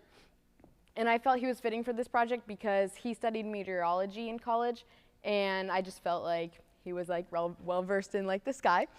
He's currently the elementary school principal. So I felt that he would be a good option to also be able to give me outreach into the school community because since Boonton is so small, the school community basically is the town. So he helped getting me in contact with my community mentor and suggesting some places that I could reach out to. So my community mentor was Mr. Joe Fensky. He's a member of the Sheep Hill Astronomical Association and is connected with the school for the incoming Aviation Academy, and he's here today. So he helped in discussing and choosing the scope of my project. Originally, I had wanted to do something related to fundraising, but since they had recently renovated the observatory and the telescope itself, we decided to take more of an advertising path.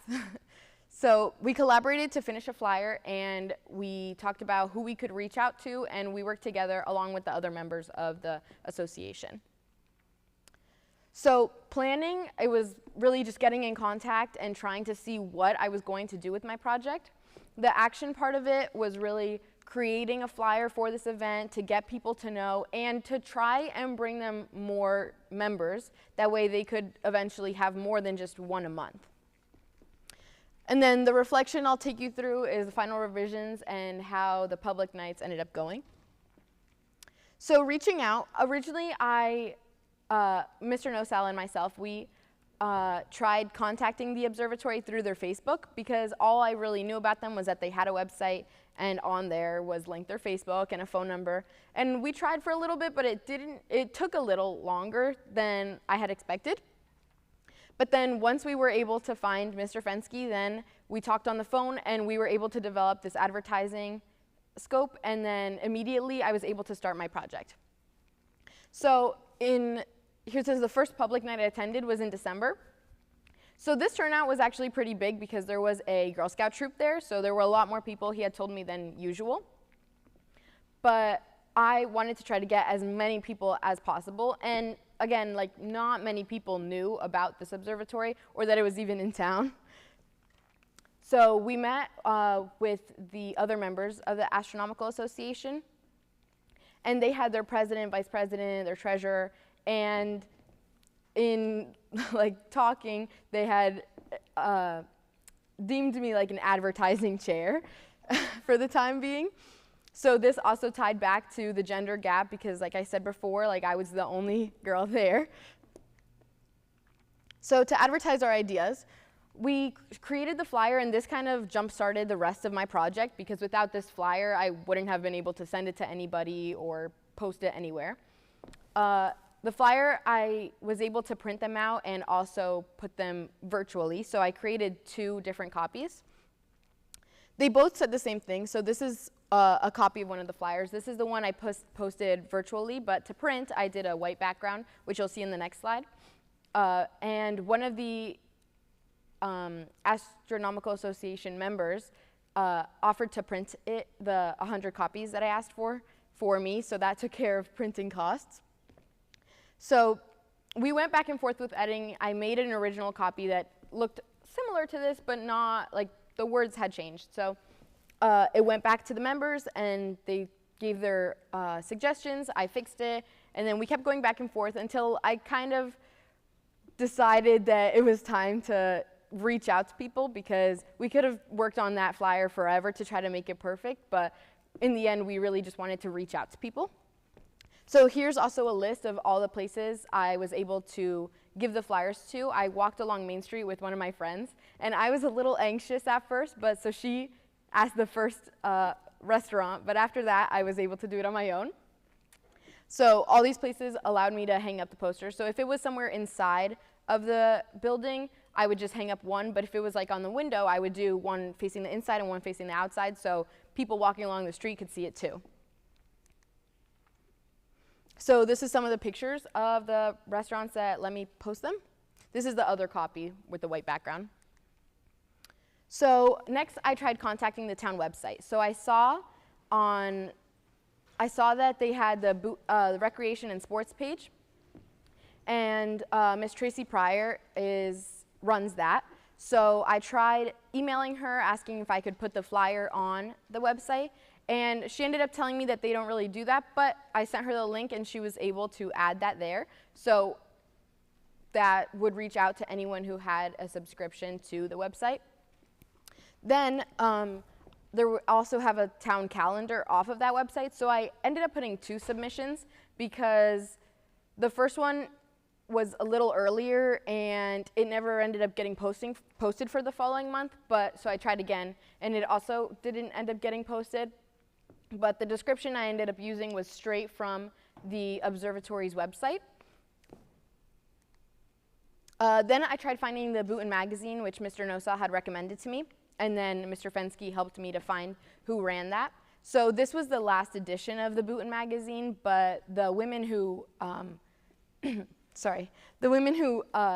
published them were going to change it to a Morris County guide instead of Boonton guide. I had emailed them, but they also ended up not getting back to me in time. So my final outreach was to the school district. So like I said, the town itself is pretty small, but it includes Lincoln Park and Boonton. So my idea was that if we could reach out to staff, parents, and students, that would be like a large demographic of people who then could tell other people or post it online and Facebook and anything really. So I was able to get it on April 19th was the April public night, and that day was posted on the Boonton bulletin board. So around 3 o'clock that gets sent out to all families, and on there you can know that I was running my event that day. So unfortunately, April's public night got canceled due to cloud coverage, but I did get a few phone calls of people asking me if I was there or not because they showed up without knowing that it got canceled. But it was posted on the flyer that it was weather permitting, and their Facebook and the website usually says like if it gets canceled or not. So other than, like, I got maybe 2 phone calls, but other than that, people like were aware. So I wished that I could have been able to see the outcome because I wanted to like test whether the first public night I had visited compared to this one, the outreach that I had gotten. But through emailing STEM Academy advisors, they put it on all their Google Classrooms, and a lot of people ended up reaching out to me saying that they wish that it could have happened because they really wanted to go. But for this, because it's monthly, I'll still be helping in advertising and reaching out to people because I also want to attend the public nights and I want people to be there too. So this 3rd Friday of May, guys, don't forget. So overcoming some obstacles. So at first it was getting in contact with people. I learned that I had to kind of move forward to be able to keep my project on track. So if maybe some people wouldn't respond or I couldn't really get a hold of them, it could have been for a multitude of reasons and I didn't really know what it was, but I ended up deciding that if one idea didn't work, I could just scratch it and keep going. So like with the Boonton Town magazine, they didn't really respond to me, but I just kept going with my project and e-blasted the district and what ended up getting it out in other ways. So I also learned to maintain good contacts. This was really important because sometimes I would find myself getting busy with all my schoolwork and fall off the project for maybe a week But then I would quickly jump back on and send all my mentors and my advisors and the coordinators an email with everything that I have to do and I've been doing. And everyone seemed caught up on the project throughout it pretty well. So I thought that I was doing a good job of contacting everybody. So I also understood that people had other priorities other than this project. So that kind of slowed down my project a little, but I was able to keep it on track on my own. And then also I learned to step out of my comfort zone, like going to the businesses and giving out the flyers. I'm not usually one for talking to people, but I was able to reach out to a lot of people. And when I went to hang up one up at Sam's Deli, the owner had actually asked me about my project, so I was able to explain to him what the Gateway Academy was and what the school was doing, and he seemed really interested and wanted to visit this public night too. So I felt like I was able to reach out to a lot of people that weren't just from our school. So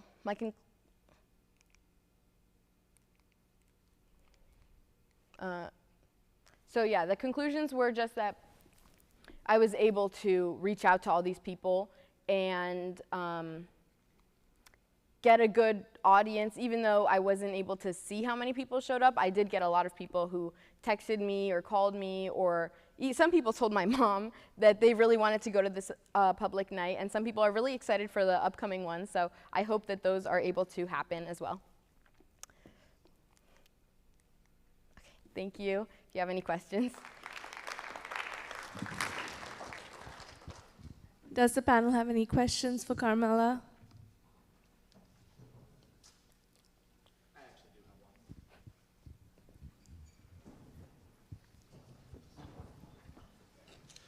So one thing that I have here is you had a lot of creating flyers, raising awareness. What about setting up more social media? I heard basically you were leaving that to other people. What about I know I'm old, I know, Facebook page, an Instagram page, some sort of Twitter or X account to let people know that, there was going to be no public, offering that night. Where did that fall into your discussions with the rest of the group? Right, so I personally didn't run the Facebook account, but they do have one, and it's been running for a while now, so I really had no control over that. And they do post about the weather and all that, or the cancellations, and I know that a lot of people are subscribed to that. Personally, I'm not well versed in Facebook or anything like that, but I was posting on my own social media on Instagram.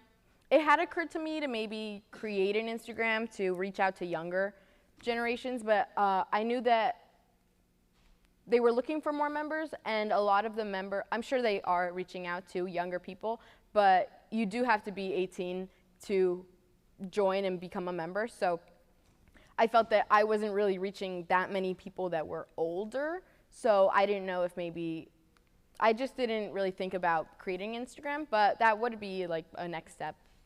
So then what do you think you could do in the future moving forward to reach out more to, say, John Hill, to your fellow students here?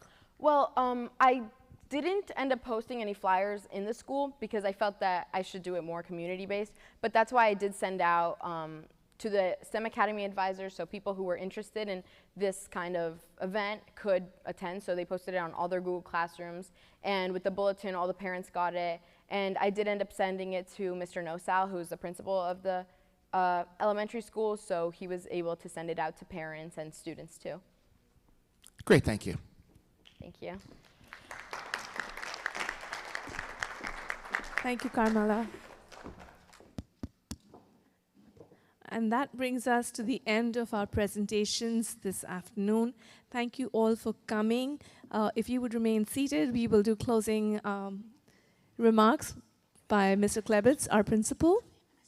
Mr. Klebitz, I'll invite you to go to the stage. I have to go up on stage?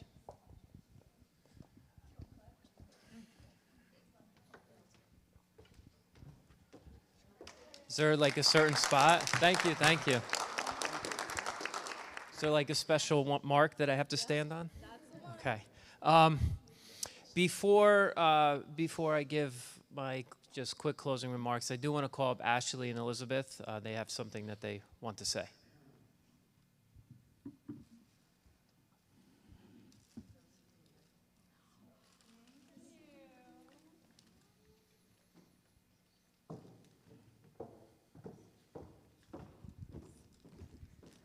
We just want to thank the advisors for everything they've done for us over the past 4 years from all the Gateway seniors. We really appreciate all of you guys put in for us to complete our passion projects and for everything you put together. Thank you so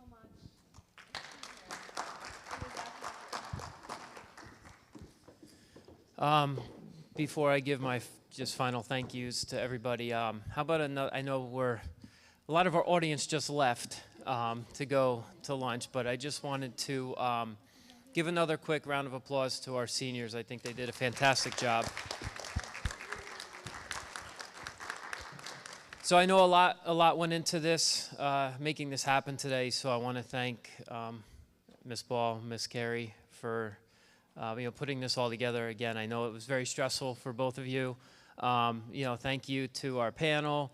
Thank you to our production company who came, to our lighting, and to Mr. Castano. Again, for a lot goes into this. A lot goes in behind the scenes. When we show up to a lot of events, it looks great. I'm excited to go back and watch these presentations, the ones I wasn't able to see. But you forget how much, again, how much work goes in behind the scenes. So, again, seniors, thank you so much. Fantastic presentations. Again, I was not able to see every single one, but I know a lot of hard work went into them. Brianna, you were poking holes in those cookbooks for hours and hours yesterday.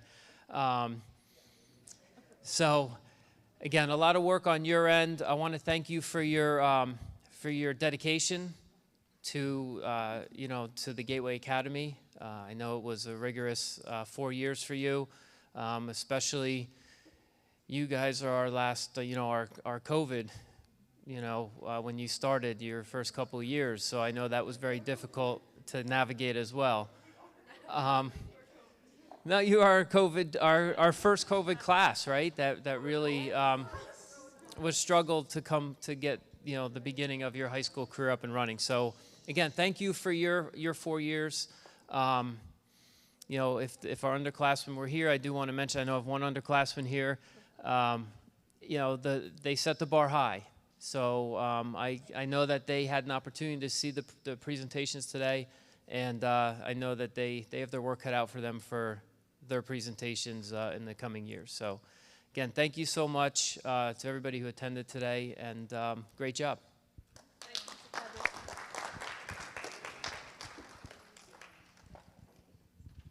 All right. Thank you, Mr. Klebitz. Please make sure you join us for lunch in a bit. So what we're going to do now, thank you all for coming, mentors, parents, board members. We are serving lunch in the library, so feel free to go ahead and go to the library, and we will join you just as soon as we finish our photographs in here with the seniors and so we'll just take the pictures and we'll be right there as well. Yes. I'm sorry? Yes. Yes, it has been made available and will be on our website as well. Thank you so much for coming, everyone.